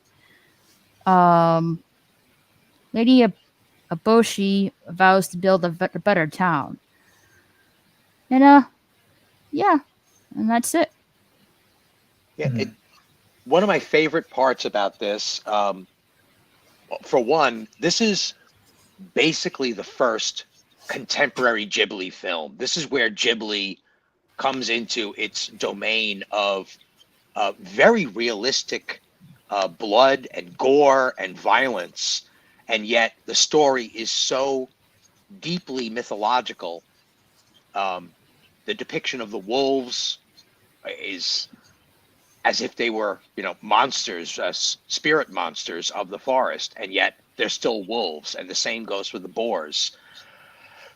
This is when, Miyazaki really pulls out all the stops. This is the one that happens pretty much just before the rest of the catalog that the world is really familiar with. That's, Spirited Away and Howl's Moving Castle and, all the other things that happen after this. This is really the first film that goes full Miyazaki. And he kind of breaks the edge in the way that Grave of the Fireflies is almost an adult film. This one really steps up onto the fence and stays there. It's almost an adult film, but it's still a children's film, but not for all children. And it's a very strong ecological edge as well. It's still talking about, we need to save the forest. You can build your city, but you can't go messing with the forest. It's our responsibility. Yeah, like you said, environmental kind of film. And there's a middle ground. This is also one of the early films that shows that nobody's really wrong. They might be misinformed and they might be going down the wrong path, but there's no actual evil in this film. No, definitely not. All the characters are gray at the very worst. I suppose so.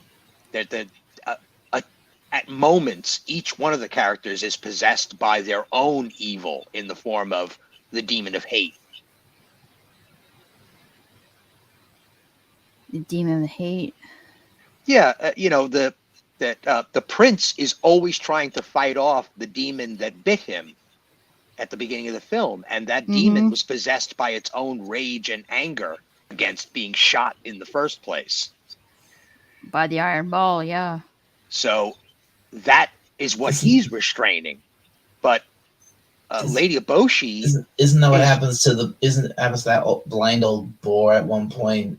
Yeah, he becomes possessed by his own rage that he can't stop his age, he can't stop this fight, he can't stop the humans. The humans are obviously going to win, and he loses all hope and becomes a demon because of it. And the same thing is happening to San. She is slowly being possessed by the wicked or malicious spirit of the wolf in the forest, who will come and take your life. And that's what her demon is. And Lady Eboshi's demon is the finally being respected by the emperor because of her delivery of steel and iron. And that's her demon that she's trying to control. Her ambition, grants power to the demon, and she starts losing her ability to have compassion for her fellow man because she's so ambitious. She's willing to kill the spirit of the forest just to gain the emperor's favor. So it's a very interesting story about the political dynamics and what it looks like on a spiritual plane. It's really the first, in my opinion, the first real contemporary Ghibli film where they finally got their act figured out, and here is their first loud voice. And that's why this film is deeply remembered by the fandom. Definitely. I mean, I have the music album from this film. It's been a while since I heard of it, though. Yeah, the soundtracks in all of these pictures are so beautiful, just like all of the landscape imagery as well. It just so genuinely shows you how beautiful nature is. Definitely. And it's rarely abstracted. The spirits are abstract in their own right, but the forest is still trees and flowers and moss and water. It's not overtly magical. It's really genuinely magical because it's Mother Nature. Right.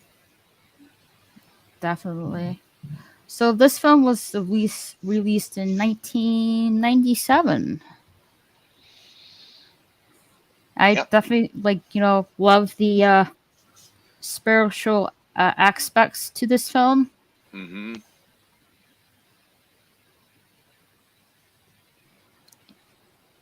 Yeah, demon life, puny human emotion creature. How you doing, Doku? It's been a while. Yeah, what I didn't let's see, what I didn't like about this film. Well, didn't really hate it. I don't really hate anything bad about it. Just like, I didn't really like Lady Eboshi that much in this film. That's the only thing, really. She is the villain in the story. Well, yeah. And we don't ever see the emperor in the story at all. No, we do not. And military guys are just wicked because they're on duty to be wicked.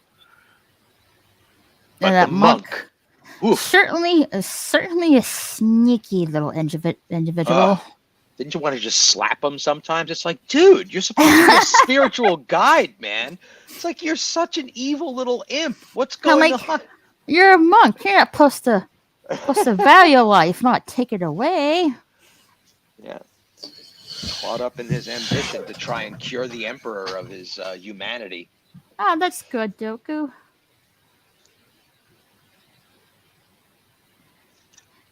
Yeah, I would definitely recommend you guys watching this film.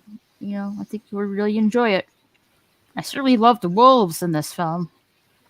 Well, I'm gonna go back to Pampako and say that in a lot of the same ways that this is spiritual, Princess Mononoke, Pampaku Mononoke. is also the same way. It's almost like they're in the same universe. It's just because they're almost telling the same story. It's about Japan moving in on its resources and into its forests and taking resources from the woods. So this would be a prequel to Pampaku.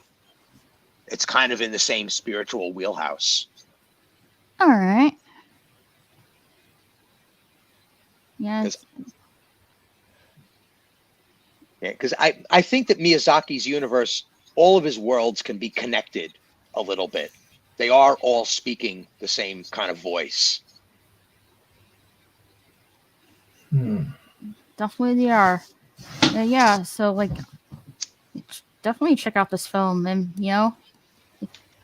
and I love the music in this film as well, So yeah, like I think you can get the music from this movie on iTunes, I believe. Still. All right, last one for the night. I'm not familiar with this one. It's called My Neighbor the Yamadas. Yes. This is definitely a I am not familiar with this at all. I am not either. This is as Takahata as you can get. This is pretty much Takahata's real voice with this film. In much the same way that Nausicaa is Miyazaki's first voice. This is a slice of life, silly family, cartoonishly done. It's almost like watching The Simpsons, but done Japanese style.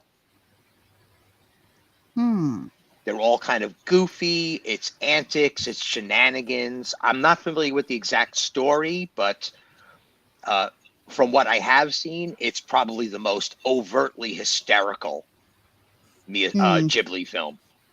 So it's like a funny comedy film. Yeah, pretty much. And somewhat comic book form, I guess. Yeah, in a very simple manga form. Yeah. Now, this was released in 1999. How long is it, though? 104 minutes? 140. Yeah, 104.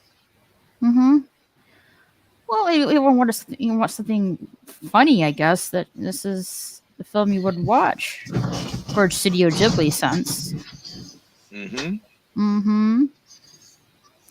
Like me and Dialect, not really familiar with this film. No. Would you? Sounds like you would recommend watching this film, Stefan. Well, if you're into anime and you want to explore what where all these different voices come from, this is definitely something to watch. If you liked the slice of life stuff that Takahata brought to Ghibli Studios, like Only Yesterday, and it seems like pretty much all of his films are just slice of life. Yeah, he's definitely a more grounded voice at Ghibli Studio. Yeah, that's what I'm feeling. If that's your cup of tea, then these are the films. The Takahata side are the films for slice of life at Ghibli Studio. Miyazaki is definitely more whimsical, definitely more ethereal and aerial, definitely with aircraft. And he gets into the heavy spiritual side and the super high level graphics of Spirited Away, Princess Mononoke. Yeah. So Miyazaki is the spiritualist and Takahata is the humanist, I guess you could say. Definitely. Well, this is where we're gonna stop for the night. We'll get into the other films next Monday. I didn't even really say anything about Princess Mononoke. Oh, I thought you did. Would you like to chime in now? Yeah, go ahead. Did I say anything about it? I'm not sure I really did, if anything.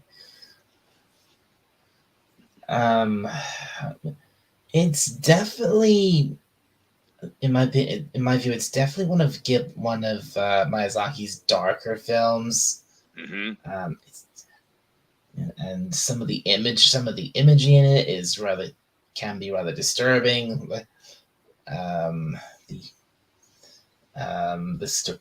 It's like you were saying, the story of the film is very much like it leaves it up to you to decide who's right and who's wrong.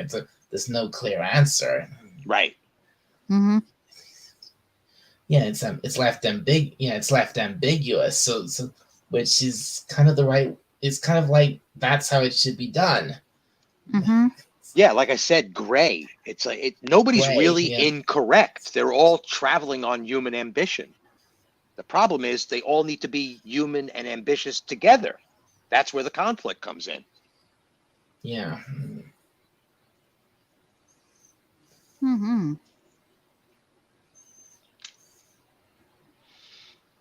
Yeah, what was your favorite character, Dalek? In Mononoke. Yeah. Mm-hmm.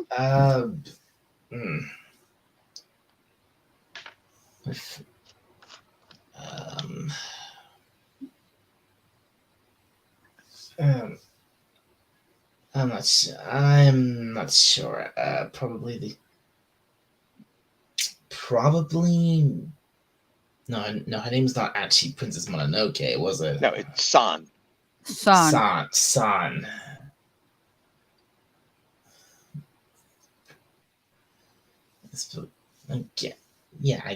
I guess San.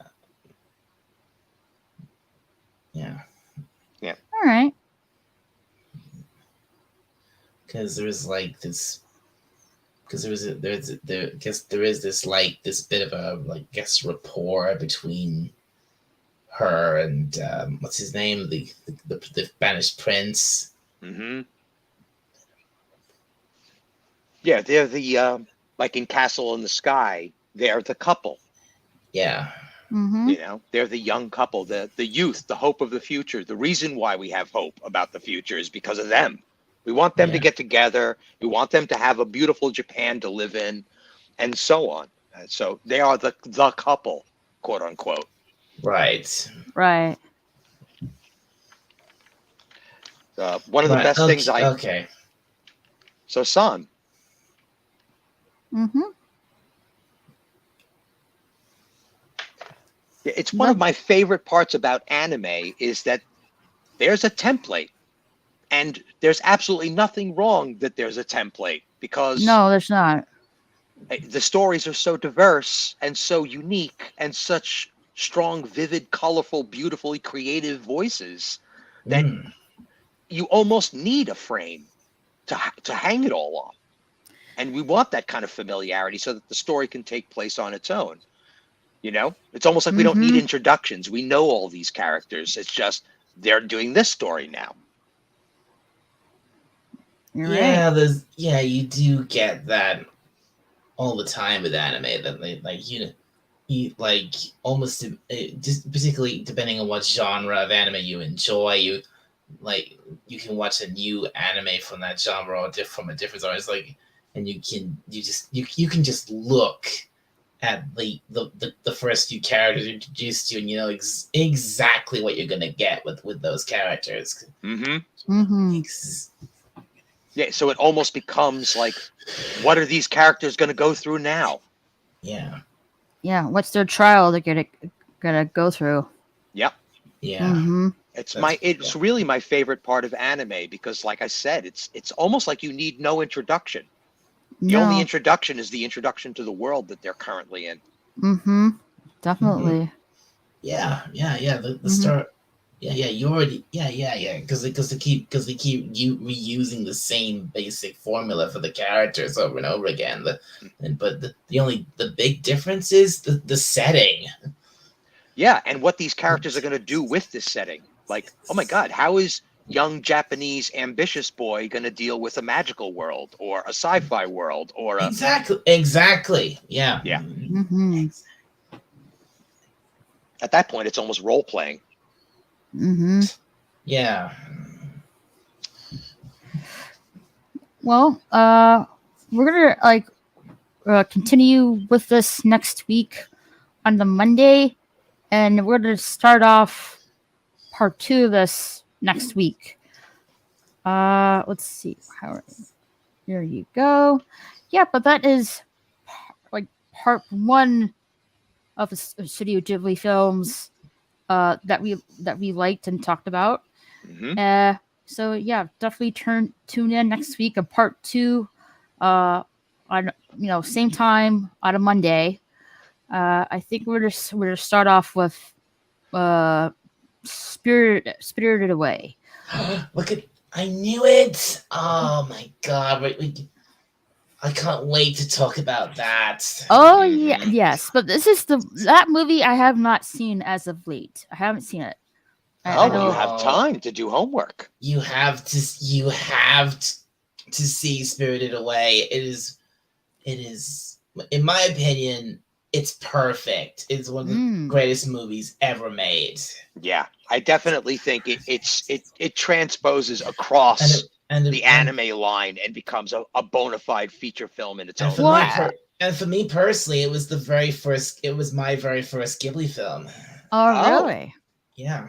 Wow, that's crazy. That's so crazy to even think about. Yeah, because I had seen like probably a good half dozen at that point. And I was like, oh, this one ought to be good. These guys are getting good at this now. Yeah, so this is a perfect break, Raquel, to break it right at the millennium. Yep, perfect break. I have to say it's like almost on from what I'm hearing, it's almost on par on I guess Akira movie. Yeah, it goes really, really deep, and the visuals are dreamlike. It's almost like a fever dream. Absolutely. Because you enter a house that services the health needs of spirits. So it's a bathhouse for spirits. Yeah, it's fantastic. And it's all Japanese lore of good eating and good bathing. Everything is just so absolutely beautiful. The animation, the backgrounds, the music, all of it is just it is absolute. It is just so, it's wonderful. There's no, it's just, I don't think there's any words to describe just how amazing and it needs to be seen to be believed. It is that much of a masterpiece. Yeah, and in typical Ghibli fashion, it keeps an edge. There are moments where you're going to get creeped out. Maybe, I don't know. But it definitely has that edgy quality where you're just like, whoa, you know what? This is kind of not really a children's movie, and yet it is. Yeah, it gets. Yeah, there are definitely moments like that. Yeah, where it's just a little creepy, just a little bit, because it's like so vivid and so well. The atmosphere gets almost out of control. Yeah, it gets very atmospheric, so delicious. So definitely can't wait to hear your report. Yeah, hopefully I should have time to watch the film. Yeah, or even another artist's review of it, I think will give you enough of an idea of what we're talking about. Yeah, I have heard nothing but good things about it. So I am intrigued. And thank you for that. Putting our links in the chat. Oh, you're welcome. Let's see if my stream element spot is working. Let's see here. Is it working? Wow, it should have done that automatically. Should have, yeah. It's not doing it. Damn you, Streambot.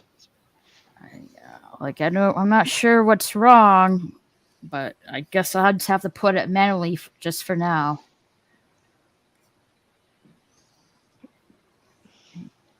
Oh well, no biggie. Yeah, follow these channels on the live chat, and also please check out my gaming channel. Where I play video games like ESO and Agatha Christie, the ABC Murders. And let's see. I think if you guys are up to it, maybe sometime this week we can watch one of these Ghibli movies that we haven't seen and do a more in-depth review of it. From the catalog for next week? From the part of the catalog from next week? The stuff we haven't really, one of the Ghibli films we haven't seen, neither of us has seen. There's definitely some of the later Ghibli films I've not seen. Mm-hmm. Yeah. So I could probably report on a couple of these that I'm pretty sure you guys haven't seen, like the Ghost in the Shell one or the Red Turtle. Yeah, I've seen, like I did with Only Yesterday. I think I was the only one of the three of us that had seen Only Yesterday, and I adore it. I started to do a watch party for Ghost in the Shell. I'm sorry, but I was having technical issues, so I didn't really finish the film. Did you say you're the only one of the three of us who'd seen Only Yesterday? Did you see it, Dalek? I forgot now. I did. Yeah, I've seen it. Okay. I haven't seen it, so I wouldn't know.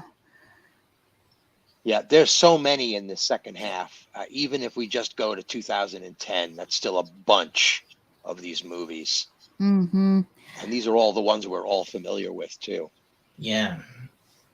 Definitely. Howl's Moving Castle and Ponyo, and good grief, there's so many. Yeah, Ponyo. Yeah, if